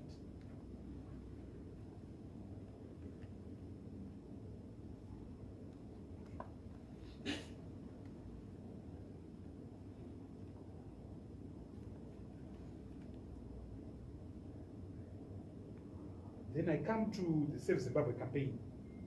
I've already referred to that. At the end of 2007, we organized ourselves under what was then known as the Save Zimbabwe campaign. What had happened, Comrade Chair, is that ZANU went to its annual December conference at a place called Goromont and resolved that the presidential election that was to be held in 2008 would now be held in 2010. So we said that's not going to happen. So we said we want the election in 2008, but under a new constitution. Those were the themes of the Save Zimbabwe campaign. So we organized what we called DRC, Democratic Resistance Program. And so we started demonstrating in January, 16 January in particular, in Bulawayo, then Gweru, then Harare, culminating in the 11th of March, peace march that I have referred to you. No one was killed. The police were able to contain this. The army was not called in. No one was shot.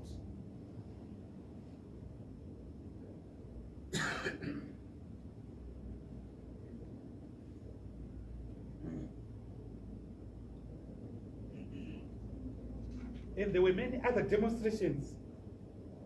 There were many other demonstrations throughout this period. Many led by the NCA through Dr. Madugu is there. No one was killed. No one was shot. And the police was able to contain the cell.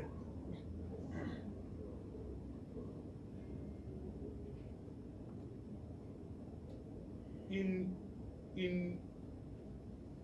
July of 2016,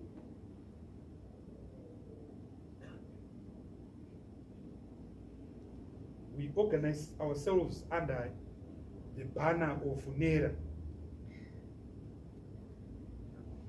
National Election Reform Agenda, in which we were demanding electoral changes.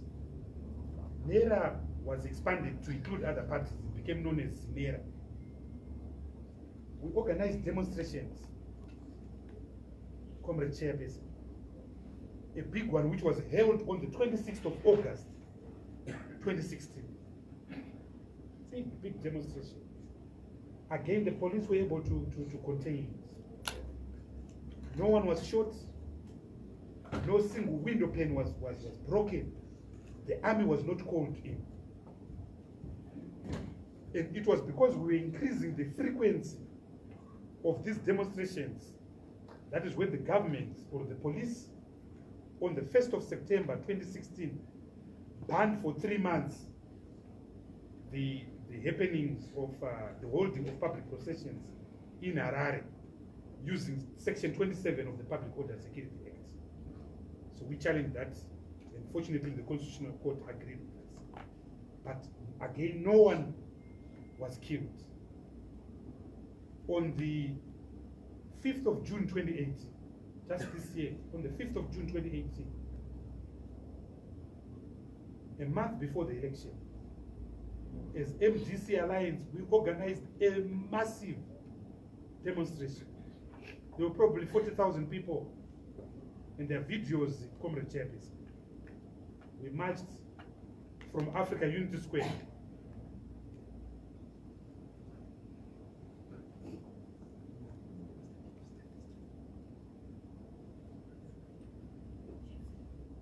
We went down Jason Moyo Avenue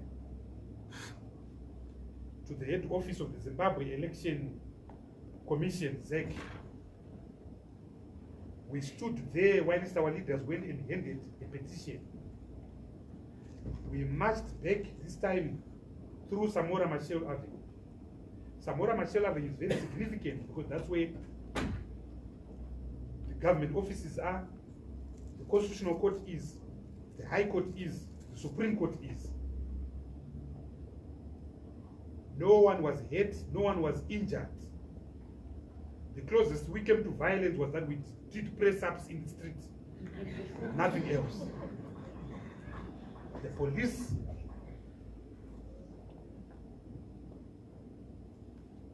contained the situation very well.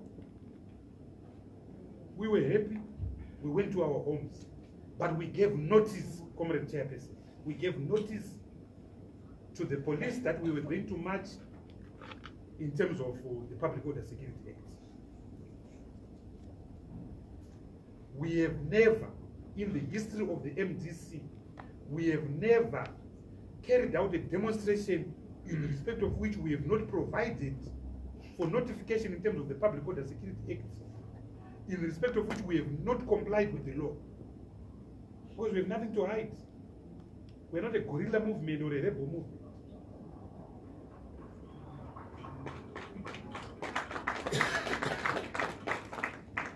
On the 11th of July 2018,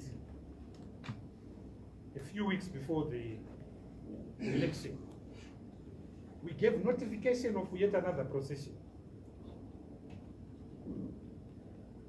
And again, thousands and thousands of people came. If you went on the roof of any building in Harare, particularly buildings adjacent to Samora Machel, buildings adjacent to Nelson Mandela, buildings adjacent to Jason Moore, it was a sea of people. It was a sea of red, of people marching. And that kind of crowd, no police can stop them if they decide to be violent, because they're just too many. But again, we were peaceful. We went to ZEC, gave a petition to ZEC. The commissioners of ZEC ran away. Justice Chikumba ran away. So we saw junior officers. We addressed the crowd there, marched again along Samora Machel Avenue, peacefully, went and was addressed by our leadership in Africa Unity Square.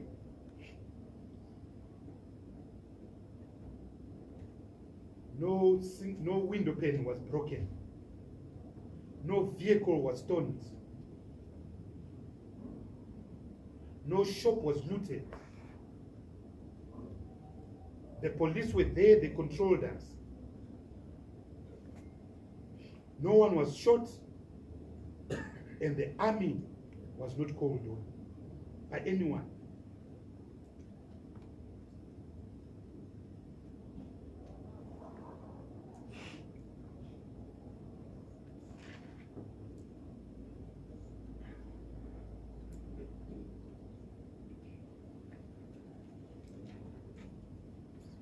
And on the 29th of November, Comrade Chairperson, we have given notification that we are going to march.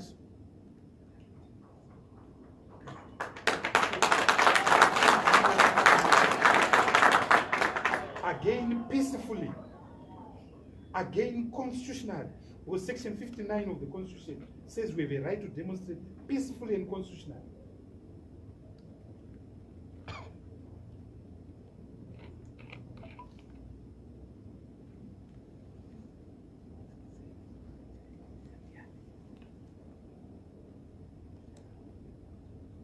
So anything that is done outside the law, and our organization is full of lawyers, anything done outside the law is not ours.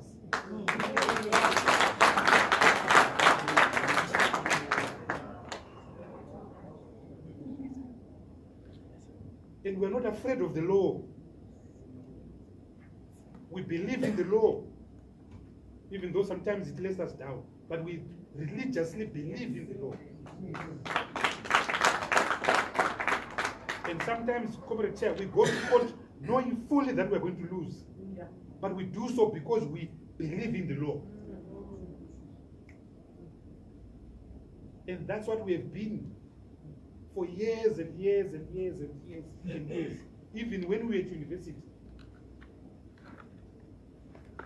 we've been involved in activism since university. We believe in the law. We will not betray the law, even though sometimes it betrays us, but we will not betray the law. We believe in the law. And I want to emphasize, anything done outside the law is not ours, and no one should give us paternity of it. Because it's not ours.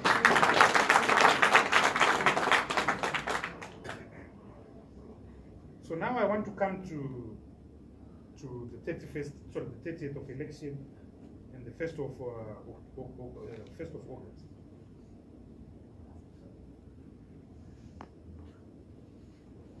Mr. Chairperson, we ran an extremely difficult campaign. As a movement, we didn't have resources, and also our leader, Morgan Changirai, passed on, unfortunately, on the 14th of February, 2018. So we had to regroup, find a new leader very quickly, and hit the road running, because we knew that the election would have to be held at the latest by the 18th of August, 2018. We regrouped, Comrade Chairperson. We found a new leader in the form of Advocate Nelson Chamisa.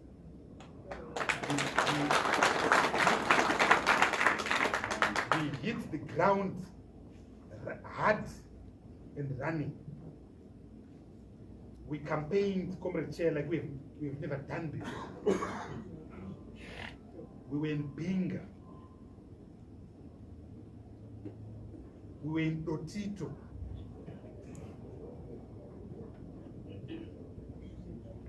We were in Chipinge, in places that can't be found by GPS.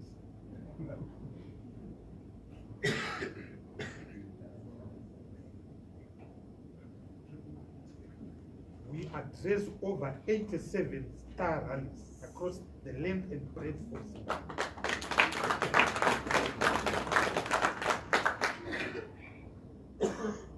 And the quantitative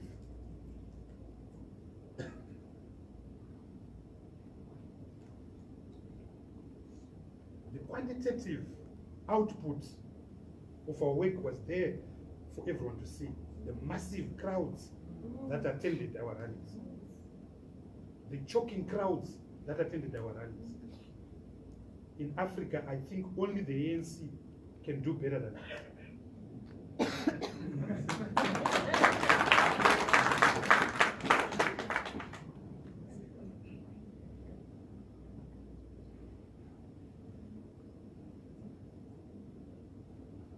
So when we went to this election,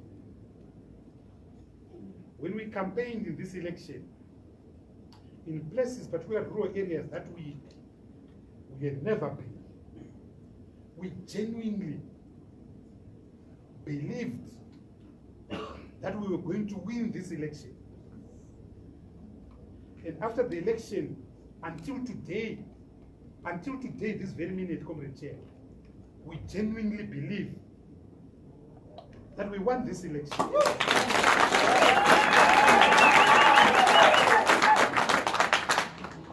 We genuinely believe, Comrade Chair, that Nelson Chamisa won this election as president.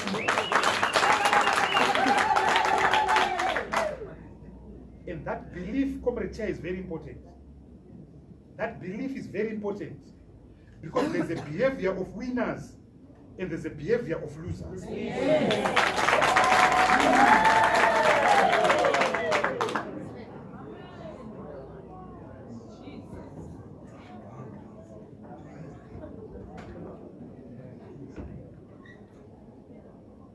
And because we genuinely believed we had won, Comrade Chairperson, there was no way we were going to put people on the street to step our own victory.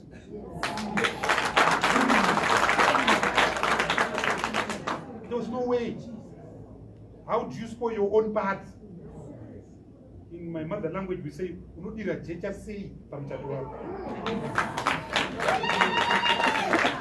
illogical. But those who have lost will disturb the party. Oh, yes.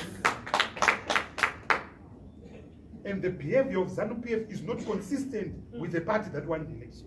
Yes. There was violence on the 1st of August. For the first time in the history of this country, the army were called. Why? Yes. How many people were there to justify the calling of an army? I've just narrated, Comrade Chair, the long and consistent history of demonstrations which we have had, where thousands and thousands of people were there. The army was never called because by their very nature, Zimbabweans are not violent. Yes. We are not violent. It's not in our DNA. I've been a student leader, Comrade Chair. With Dr. Maduku there, we carried out a lot of demonstrations at the University of Zimbabwe. On 29 September 1989, we demonstrated against corruption. The following year, on the 29th of September 1999, we had the commemoration of that. The police came in and beat us up, and the university was closed on the 4th of October, and students were chased away. There is now a bar at the University of Zimbabwe called the 4th of October bar. But in those instances, there was no chair broken, there was no window broken. Now, we are now accused of doing things that we couldn't do when we were 22.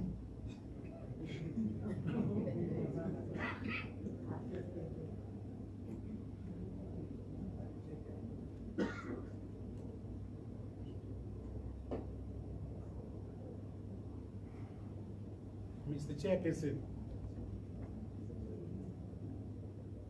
I want to underscore our belief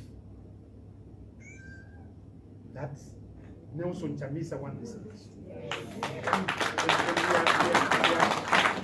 I say this with great respect to the Constitutional Court judgment. I'm not in any way mouse-sitting the Constitutional Court judgment. But I have to pose a question that Mr. Mnangagwa was declared the winner. But even as I sit here right now, Comrade Chair, I don't know the result.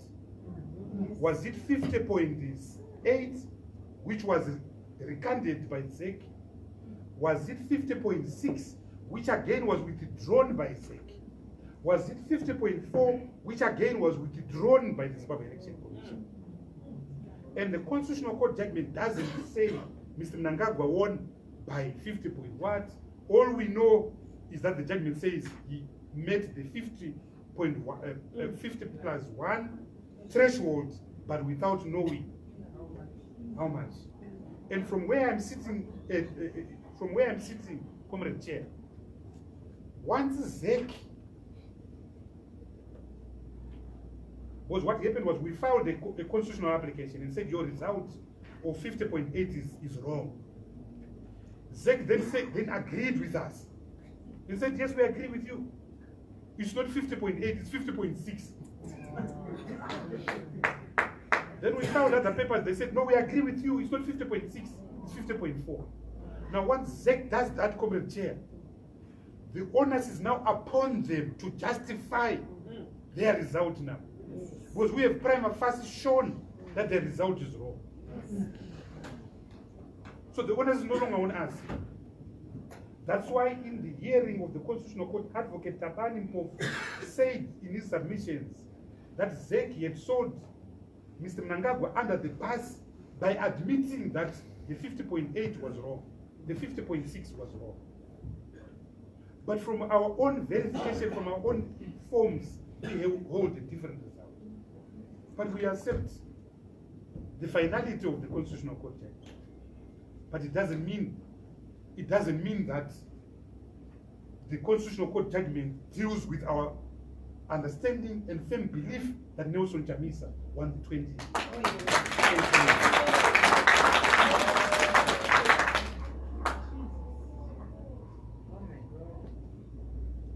So, I want to come to the election was held on the 30th of July. So, when the election takes place, at the polling station level, results are counted. Results are added up of every election that would have taken place at that polling station, meaning the local authority election, the parliamentary election, and the presidential election. These results are then collected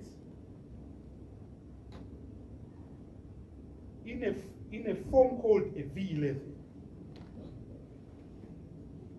which in terms of section 54 of the Electoral Act is then posted outside the polling station.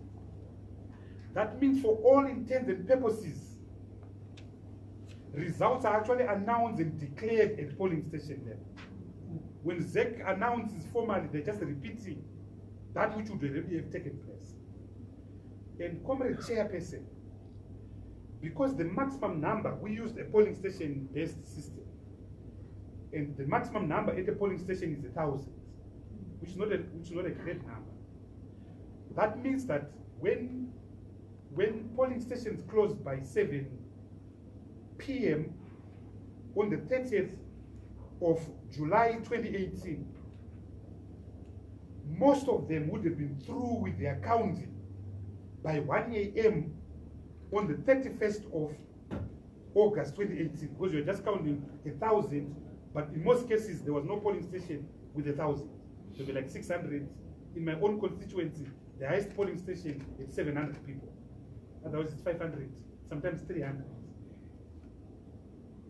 And that's not a lot of numbers. And then you duplicate them by 3 for the local authority. So that means that there is absolutely no reason why Zimbabwe Election Commission should not be able to announce results even on that very same day or the next day. Because the results are effectively counted at the polling station. Now, we had a background that affected us, and that was 2008. In 2008, we used the same system, Comrade Chair. The election was on the 28th of March 2008. We, through our own systems, through our own power of voter tabulation, we calculated our results, added them up, and on Sunday, the 29th of July 2008, 20 March, sorry, Chairperson, at 11 a.m. at the Stewart Room at the Mikus Hotel, in my capacity as Secretary General then of the MDC, I announced the results. But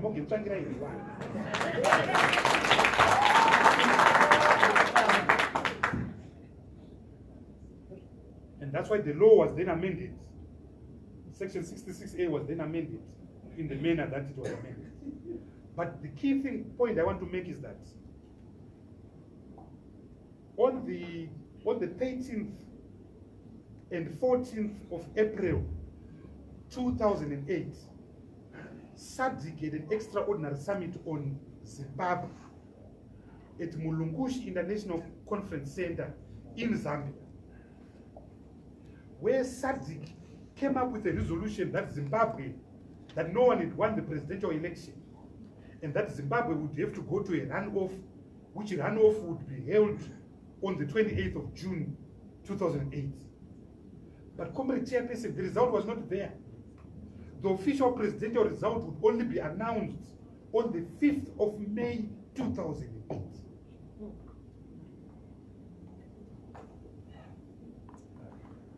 So our fear now, in 2008 was that we have won this election, the longer they delay, they will cook these results. So they must announce the results now because they've got them already.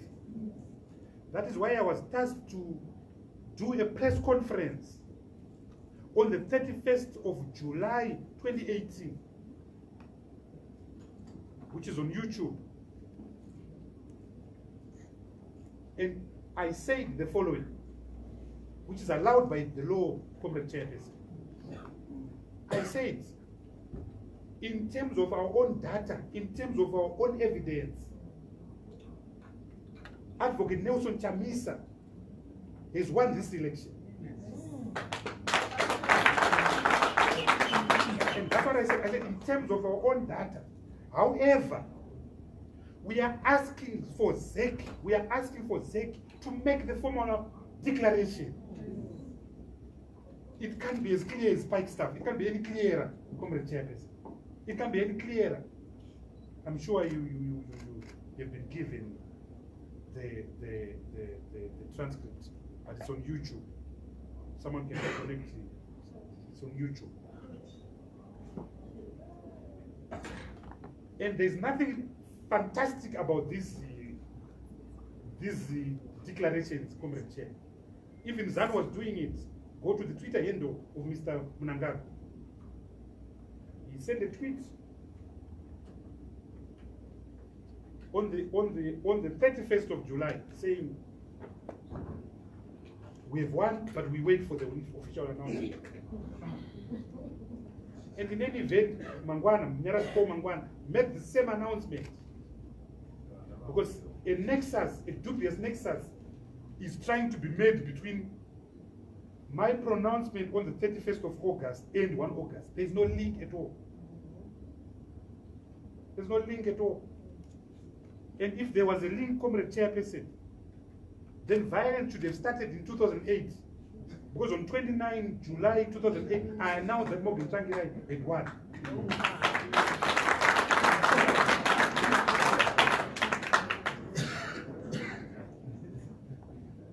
There should also have been people who marched because Mr. Mnangagwa claimed victory. There should have been people who marched because Mr. Mangwana, on behalf of ZANU-PF, also claimed victory. There's nothing unique about the ipse dix, the verbatim pronouncement of a political party.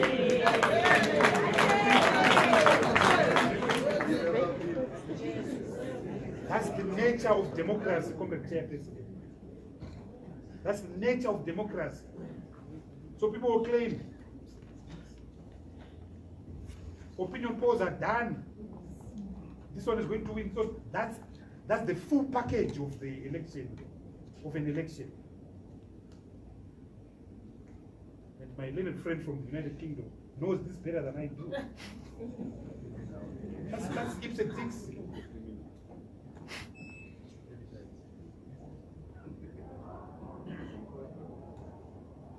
That's all. That's all. 1st of August, I was back at work. That was the first time I put on a suit. After an election, 1st of August, the first time I put on a suit. I went back to my law firm to work. When I got arrested, I think I need to.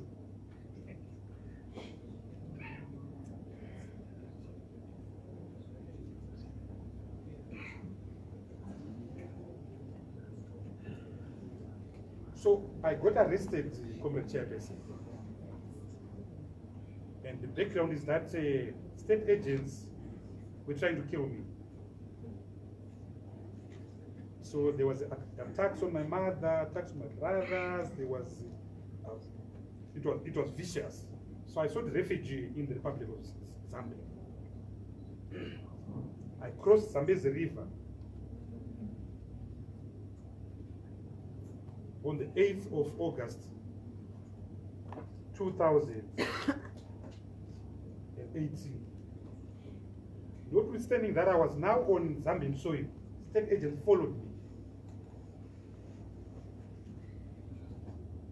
me. And squashed me, squished me.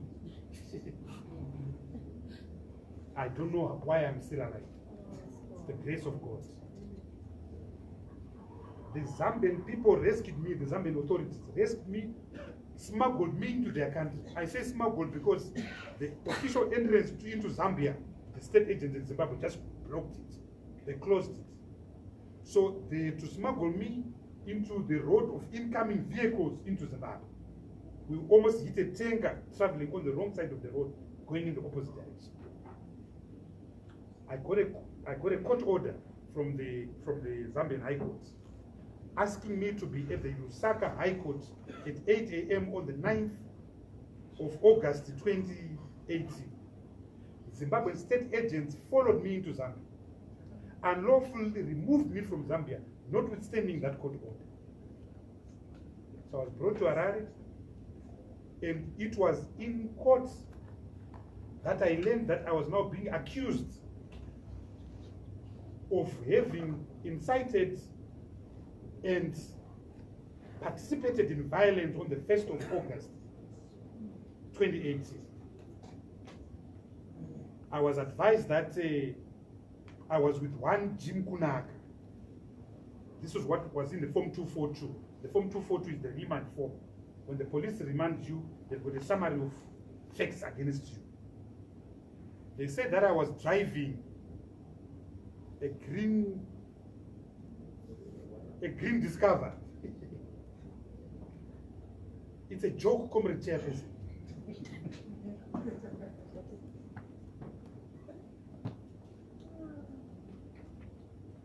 I hardly know Jim Kunaka physically. I know him as a notorious leader of the Chipangano group that killed our people in Bari. That's how I know him. So even if I wanted to do violence, Yeah. It's just ridiculous. So if I want to do violence, is it that there are no other people who That I would have to do it with Jim Kunaka. so that I'll go to an extent of doing it with the Jim Kunaka? It's not very proper, but it's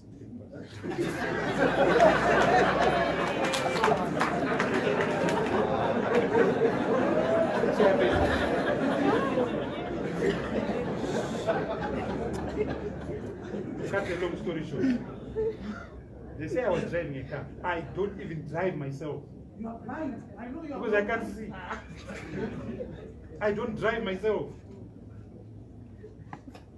I don't own a Discovery, a green Discovery. But why would I demonstrate? Why would I demonstrate violently? Why would I start now, Comrade Chairperson? Why would we start now? So it's a lot of, with great respect, a lot of rubbish, with great respect. And for the record, Comrade Chairperson, I did not incite anyone on the 30th or on the 1st of August 2018. I did not participate in any acts of violence with anyone, let alone Jim Kunaka, with anyone on the 1st of August 2018. And some of you there as commissioners, you know me. You can be by character witnesses. And I have no intention of engaging in violence. And I've never engaged in violence. And I won't start now at the age of 52 when I couldn't do it at 22. Yeah.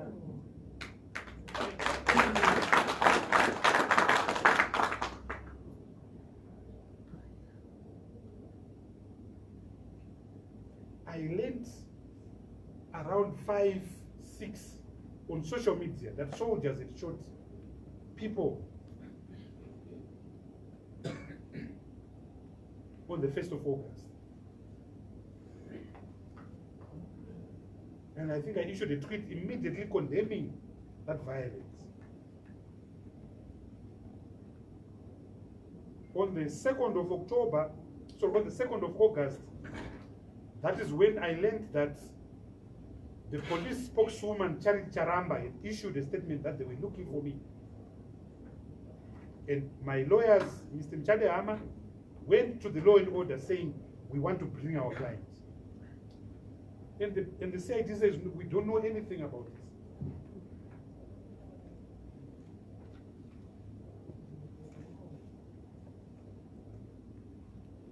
So that was on the Friday, now the 3rd of August. We went and did a press conference on the 3rd of August at my law firm. To announce that, look, we wanted to surrender ourselves, but the police said, at law and order said, we don't know anything about it. When we finished this press conference on the chair, 15 white and marked twin caps tried to abduct me from my law firm in Rowland Square.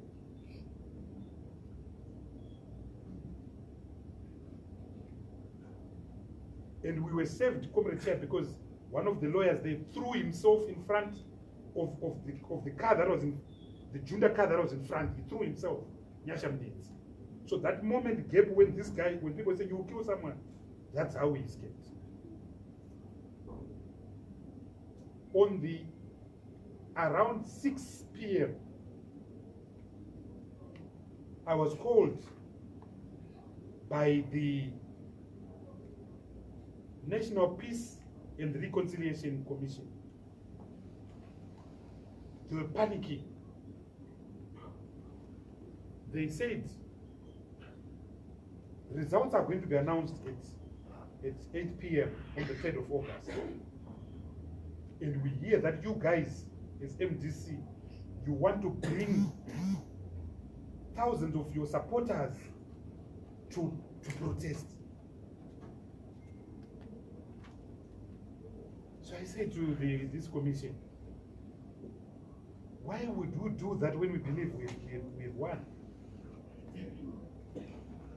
And I said, I'm giving you my personal guarantee, my own personal guarantee is that no such thing will happen. And of course, no such thing will happen. But the state security agents had created this fiction. That is what we wanted to do. And as I said before, we don't do that.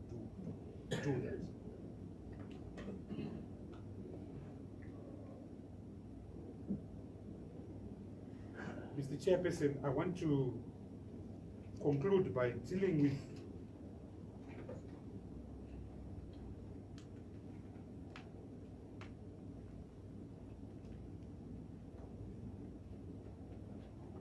how we see Mr. Nangagwa's setting up of this commission,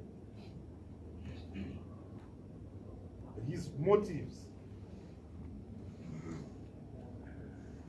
We believe that, with great respect to the commission,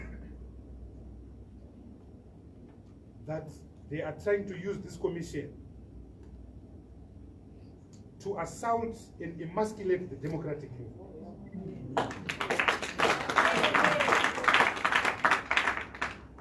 To cripple the democratic movement, to arrest key leaders of the democratic movement.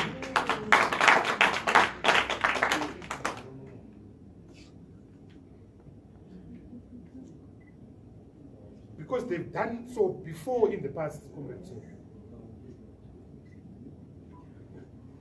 In 1982, arms of war were found in properties that belonged to ZANU, planted by the regime.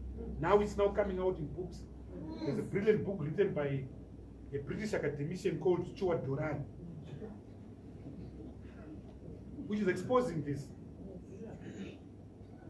It's their modus operandi, it's their DNA. And it destroyed ZANU, it destroyed ZAPU. Bukura Wundi, those arms cache destroyed ZAPU. ZAPU was never the same until it was swallowed by ZANU in the Unit Accord of 22 December 1987.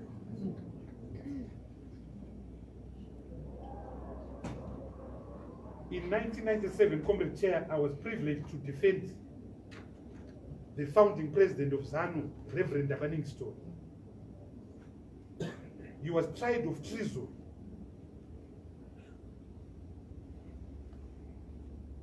All of the witnesses in his trial were soldiers who said Reverend Ngomo, sorry, Estole, had given them weapons and he had asked them to go to Mozambique to train through Tamandai in Chipingi. One of the witnesses had a pathetic story. He said Reverend Ngomo sent him to wait in a, sorry, Reverend Story, sent him to wait in a bush near the National Sports Stadium. He was holding a claymore mine. And the allegation was that he was going to use this claymore mine against the President Mugabe's motorcade. The state called a ballistic expert who said a claymore mine can't even blow a person on a bicycle.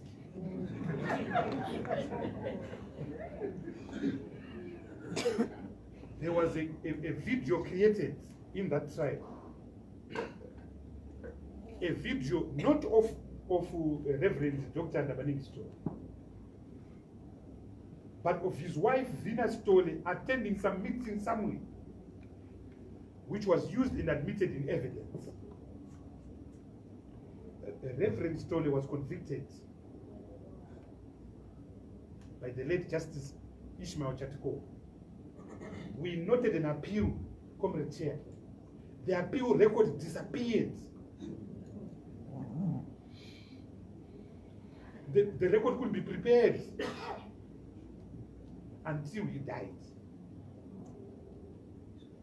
In 2002, they replayed the same script, this time against Morgan Tsvangirai. They cooked up a video in Canada,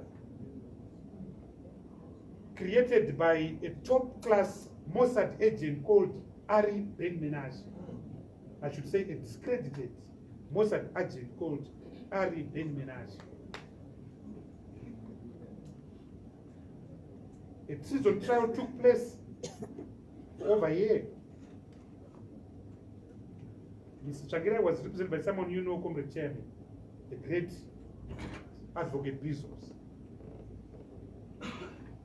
Morgan Tsvangirai was acquitted by Justice Garo, sitting as Judge President. So this script of attempting to destroy democratic forces through false testimony, false evidence, including the planting of arms, is nothing new. We know it. They want to do it now as they did it yesterday.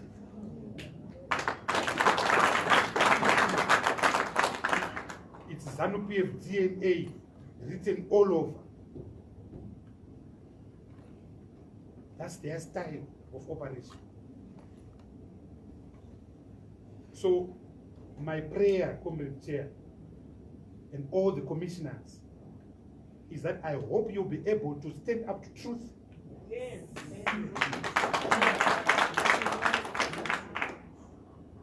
And there's only one true story in this entire milieu of false testimonies that have been provided before you. There's only one true story. And that true story is that we are victims. With an election stolen from us. But as if that was not enough, they are now going for us. So I pray, Comrade Chairperson, that as Mahatma Gandhi said, the way of truth will find its way out. Thank you very much.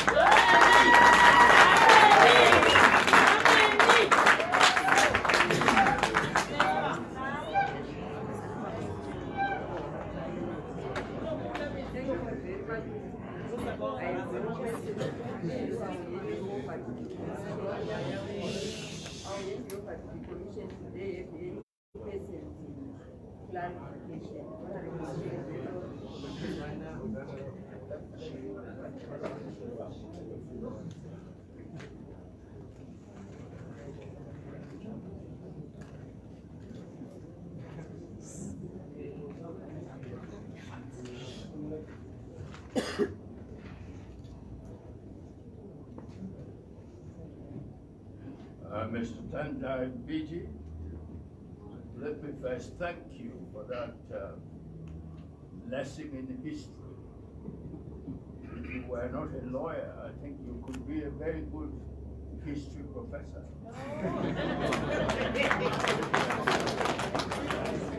And also let me observe that one of the hopes of this commission, with the permission of the chairman, I would say so, is that through its work, we shall find an end to the history of violence in Zimbabwe.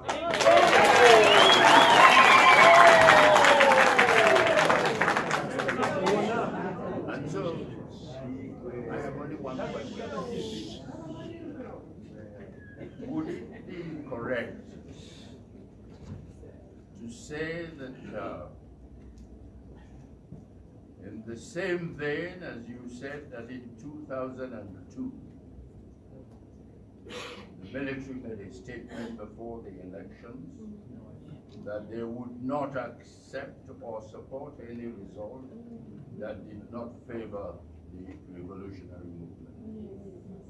And also a similar statement was made in 2011, just before 2011 elections by an unnamed Brigadier General, or if you named him, I don't know what his name. Would it then be correct to say that in keeping with that tradition, MDC spokesman, before the elections of July 30 this year, also said that they would not accept any result unless their leader won the elections?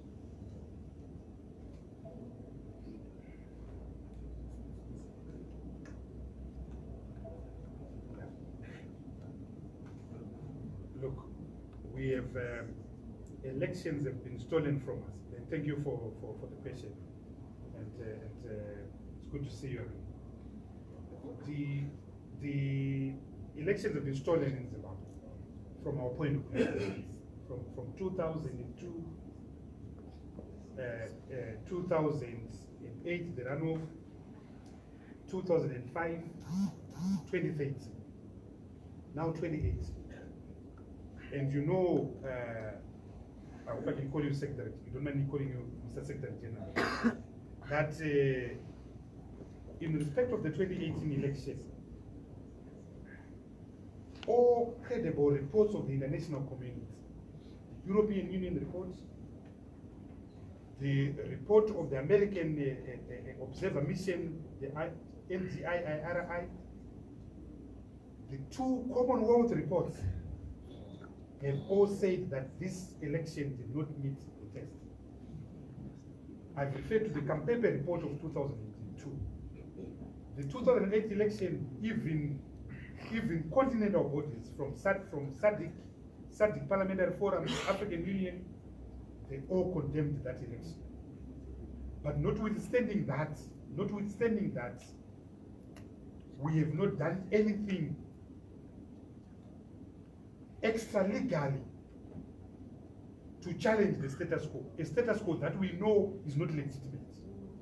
So in 2008, after the June 2008 election, we went to negotiate with President Mugabe, even though we knew that President Mugabe had not won the June 2008 election. But we negotiated with him. The net result was the government of national unity. So the MDC is a constitutional, law-abiding, law-respecting political party. And anyone who wants to sit into anyone that we set our people to lawlessness after the 30th of July election, that's not correct. And I want to underscore, Comrade Secretary, that we genuinely believe that we're going to win. We've never run a campaign that was as robust as the campaign which we ran in 2018. We've never run such a buoyant, campaign, such a such an overwhelming campaign. And so when you hold that belief, you don't sit unlawfully. And we didn't do that. We made statements like we'll defend the vote. Defending the vote means we'll defend it by going to courts. We'll defend it legally, the way we have been doing. And over the years, Comrade Secretary General, when you fight dictatorship, when you fight authoritarianism, when you fight tyranny, and we have been fighting tyranny for over 20 years, you learn to do certain things.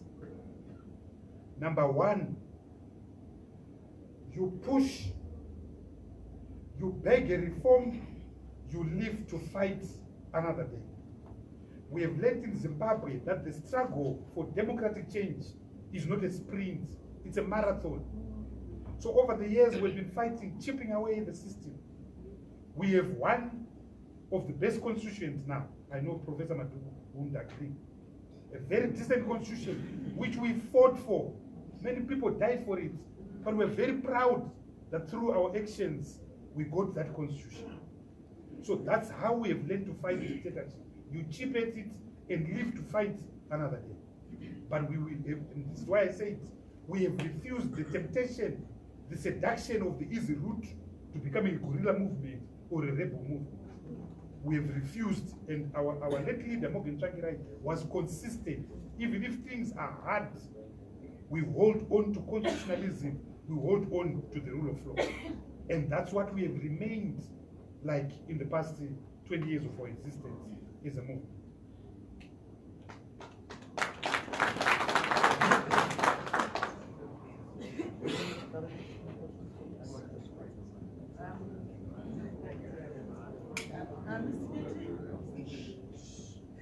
You indicated that the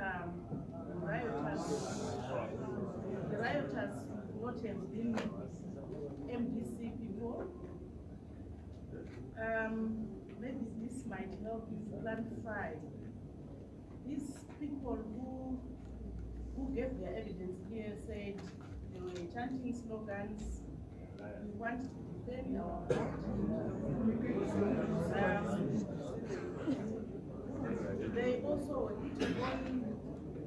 they were also putting on MDC regalia.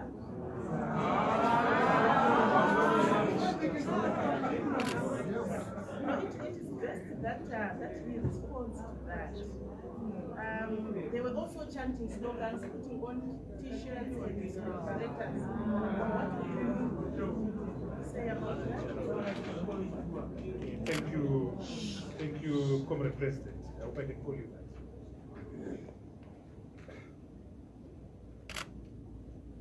We did not, as MDC, sanction or lead any protest on the 1st of August or any time. The last time we had a public procession, it was open. It was on the 11th of July 2018. That people were chanting slogans. I also can do a ZANU-PF slogan. I mean, so people can do MDC slogan. Yes. People can put on our regalia. Yes. Just like we can also put on ZANU-PF regalia. So to me, Comrade Chair, it means nothing. It means nothing. But the fact of the matter is that we genuinely believed. You might call our belief foolish, but that's what we believed. We believed that we had won this election, as I still do. And there was no way that we were going to stop our coronation, as it were. And if we had to do anything consistent with everything we have done over the years, we'll follow the route of the law. We notify the police. Would it be absurd to say maybe since this was not sanctioned, it could have been enthusiastic supporters of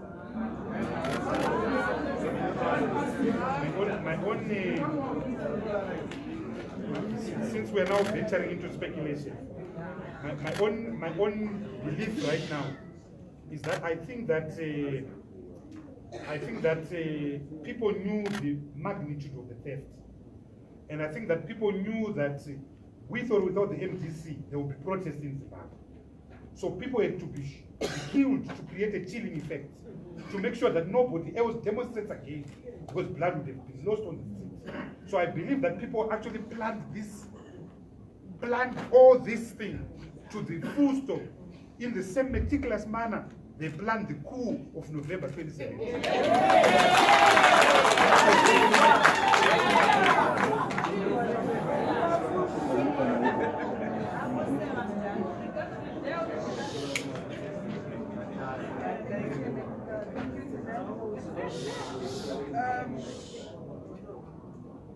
On the 31st July 2018, you indicated that the results show beyond reasonable doubt.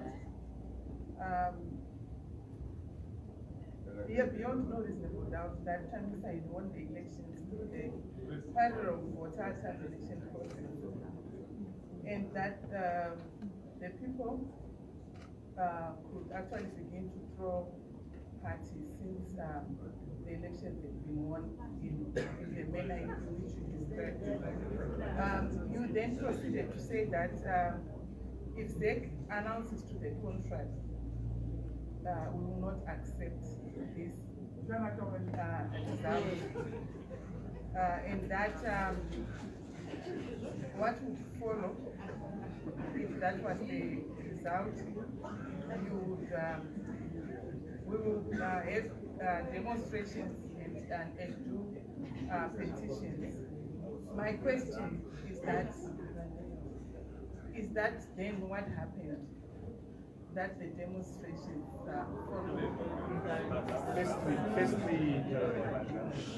Firstly, Commissioner, that is not what I said on the 31st. And there's a video. There's a video on YouTube. What I said on the 31st was that,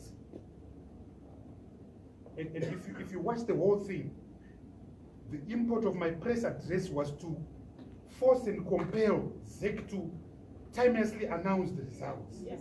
In the background of 2008, where they'd taken 6 weeks before they'd announced the results. So I say, we want ZEC to announce the results. But from evidence that we have collected, Nelson Chamisa is won. So we are asking ZEC to announce the results. Can you announce the results? That's what I said on the... I did not make any reference to demonstrations. I did not make any reference to parties and so forth. I did not. I did not do that.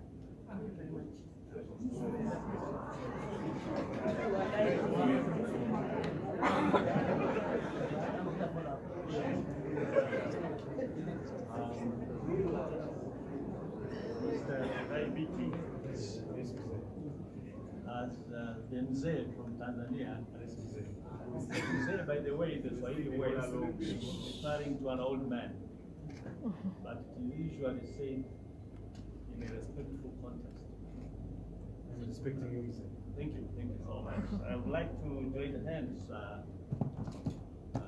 with Chief Adjoko in thanking you immensely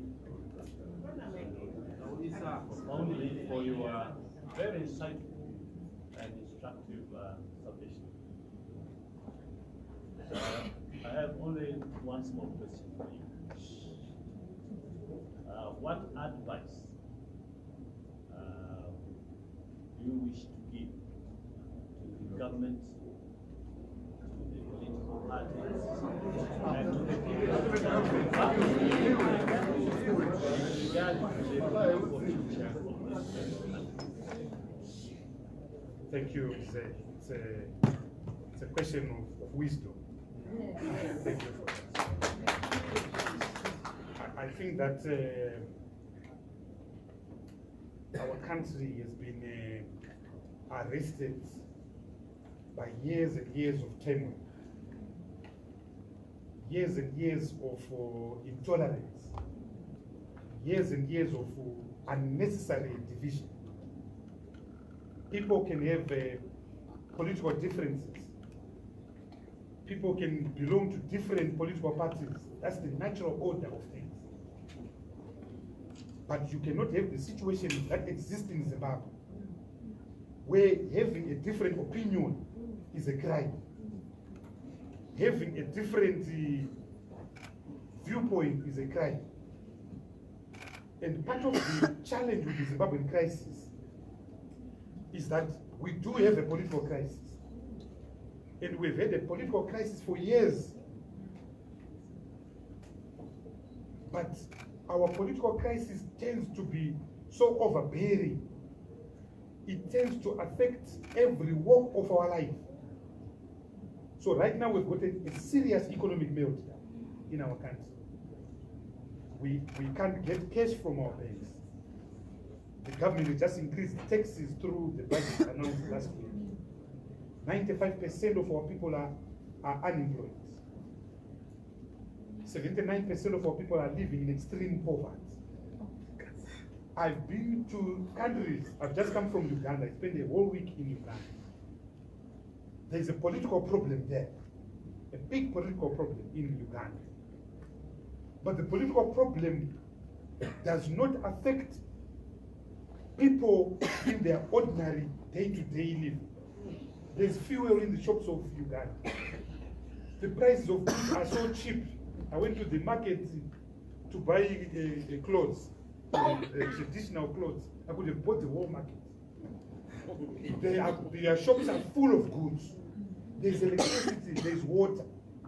The Zimbabwean crisis is unique in that it's all embracing, it's overwhelming. It follows the citizen in every aspect of his life. It's suffocating, it's choking. So, in my view, Comrade said, I think that we need to have serious dialogue as a people. We need to finish the work that was started by President Beki, completed by President Motlanthe. And this dialogue should focus on those things that structurally and permanently divide us. Elections permanently divide us. How do we should have a discussion around elections. We should listen to what everyone is saying, including even the SADC and African reports, so that elections are not a cause of division. Let's have a discussion on that. Because since 1980, Comrade Mzee, we have had a situation where every election time is a season of madness, of intolerance, of exclusion. So let's have discussions around that so that we have permanent reform that stops the reproduction of this continuous cycle of conflict and struggle for legitimacy. Right now, there's a struggle for legitimacy. We don't accept that president, we don't accept the result of July 2018, insofar as it affects the presidential vote. So we are going to waste the next 5 years quarreling over that. And which investor will put money in Zimbabwe? Which investor will put money in Zimbabwe? Which foreign country will provide overseas development assistance? So let's deal with the question of legitimacy. Let's deal with the question of reforms, Comrade Chair. We need, and Dr. Madugu will agree with me, let's revisit the Constitution and see what aspects need to be dealt with. Let's revisit our legal regime and see which laws need to be dealt with. There are obvious ones like POSA, like IPA. Let's harmonize our laws to the new constitution. Let's have reforms that deal with state capture in this country. Every institution now is basically captured. Let's have reforms, Comrade Chair, that deal with the issue of the militarization, the rise of the securocratic state. How do we get our soldiers back to the barracks? How do we get politics leading the gun as it should be? Let's discuss the issues of reforms around the media. 38 years after independence, it is a crime, Comrade Mzee, that we still have one broadcasting house, the Zimbabwe Broadcasting Corporation,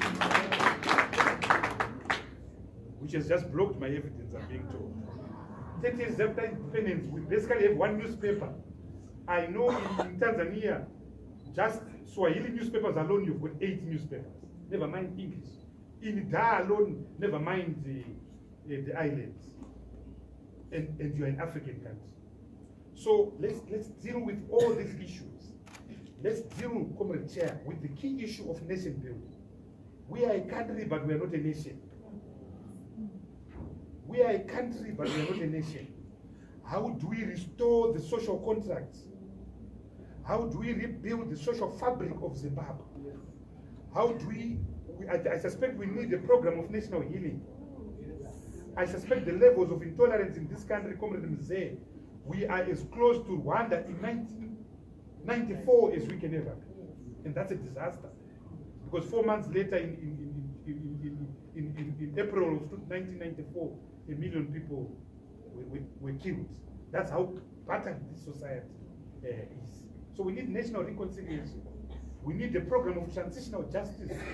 Because all of us are carrying pain. We have been victims of violence, we've been tortured, we've been brutalized physically. They've been tortured through economic mismanagement. Pensioners, the Ministry of Finance appointed a commission of inquiry into pensions, led by a retired judge, Justice Smith. It came to the conclusion that $5.68 billion worth of pension monies were lost because of the hyperinflationary era. Now we are losing money again through the introduction of the economy. How do we move the economy forward?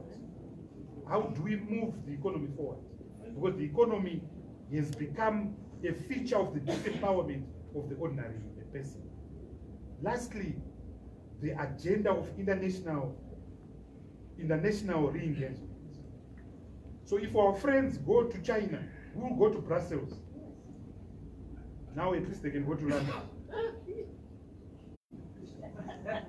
But it doesn't make sense. Let's have a common front with our engagement with the United States of America, with London, with Brussels, with Beijing, with New Delhi. We don't have that common front. So I would say 5 key issues on elections. Let's have discussions on the reform agenda. Let's have a discussion on nation building, national healing, restoration of the social contract. Let's have a discussion on the economy. Let's have a discussion on reintegration. How do we end Zimbabwe's isolation? Once we agree on this, we then discuss on the implementation mechanism. How do we implement the agreement? I flew using Rwanda Airlines. It used to have 2 airlines. Now it is Airbus A380, Boeing 777. And we've got old aircraft that were bought in 1976. It's not good enough, Comrade Chair. So we need dialogue to move the country.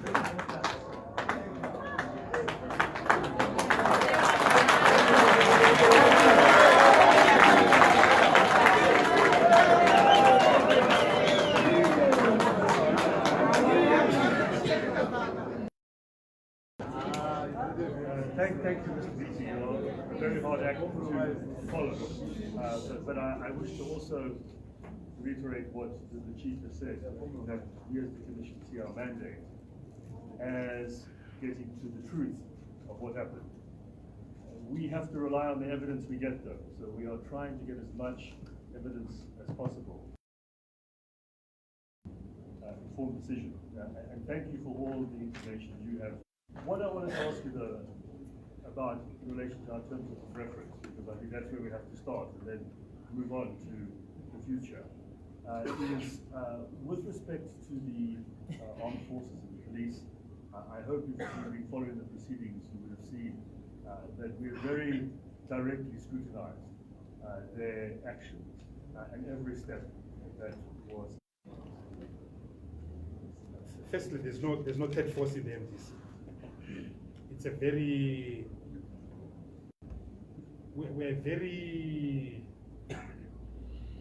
we are very constitutional party in terms of what we do, and we have stuck to one script. An election is stolen from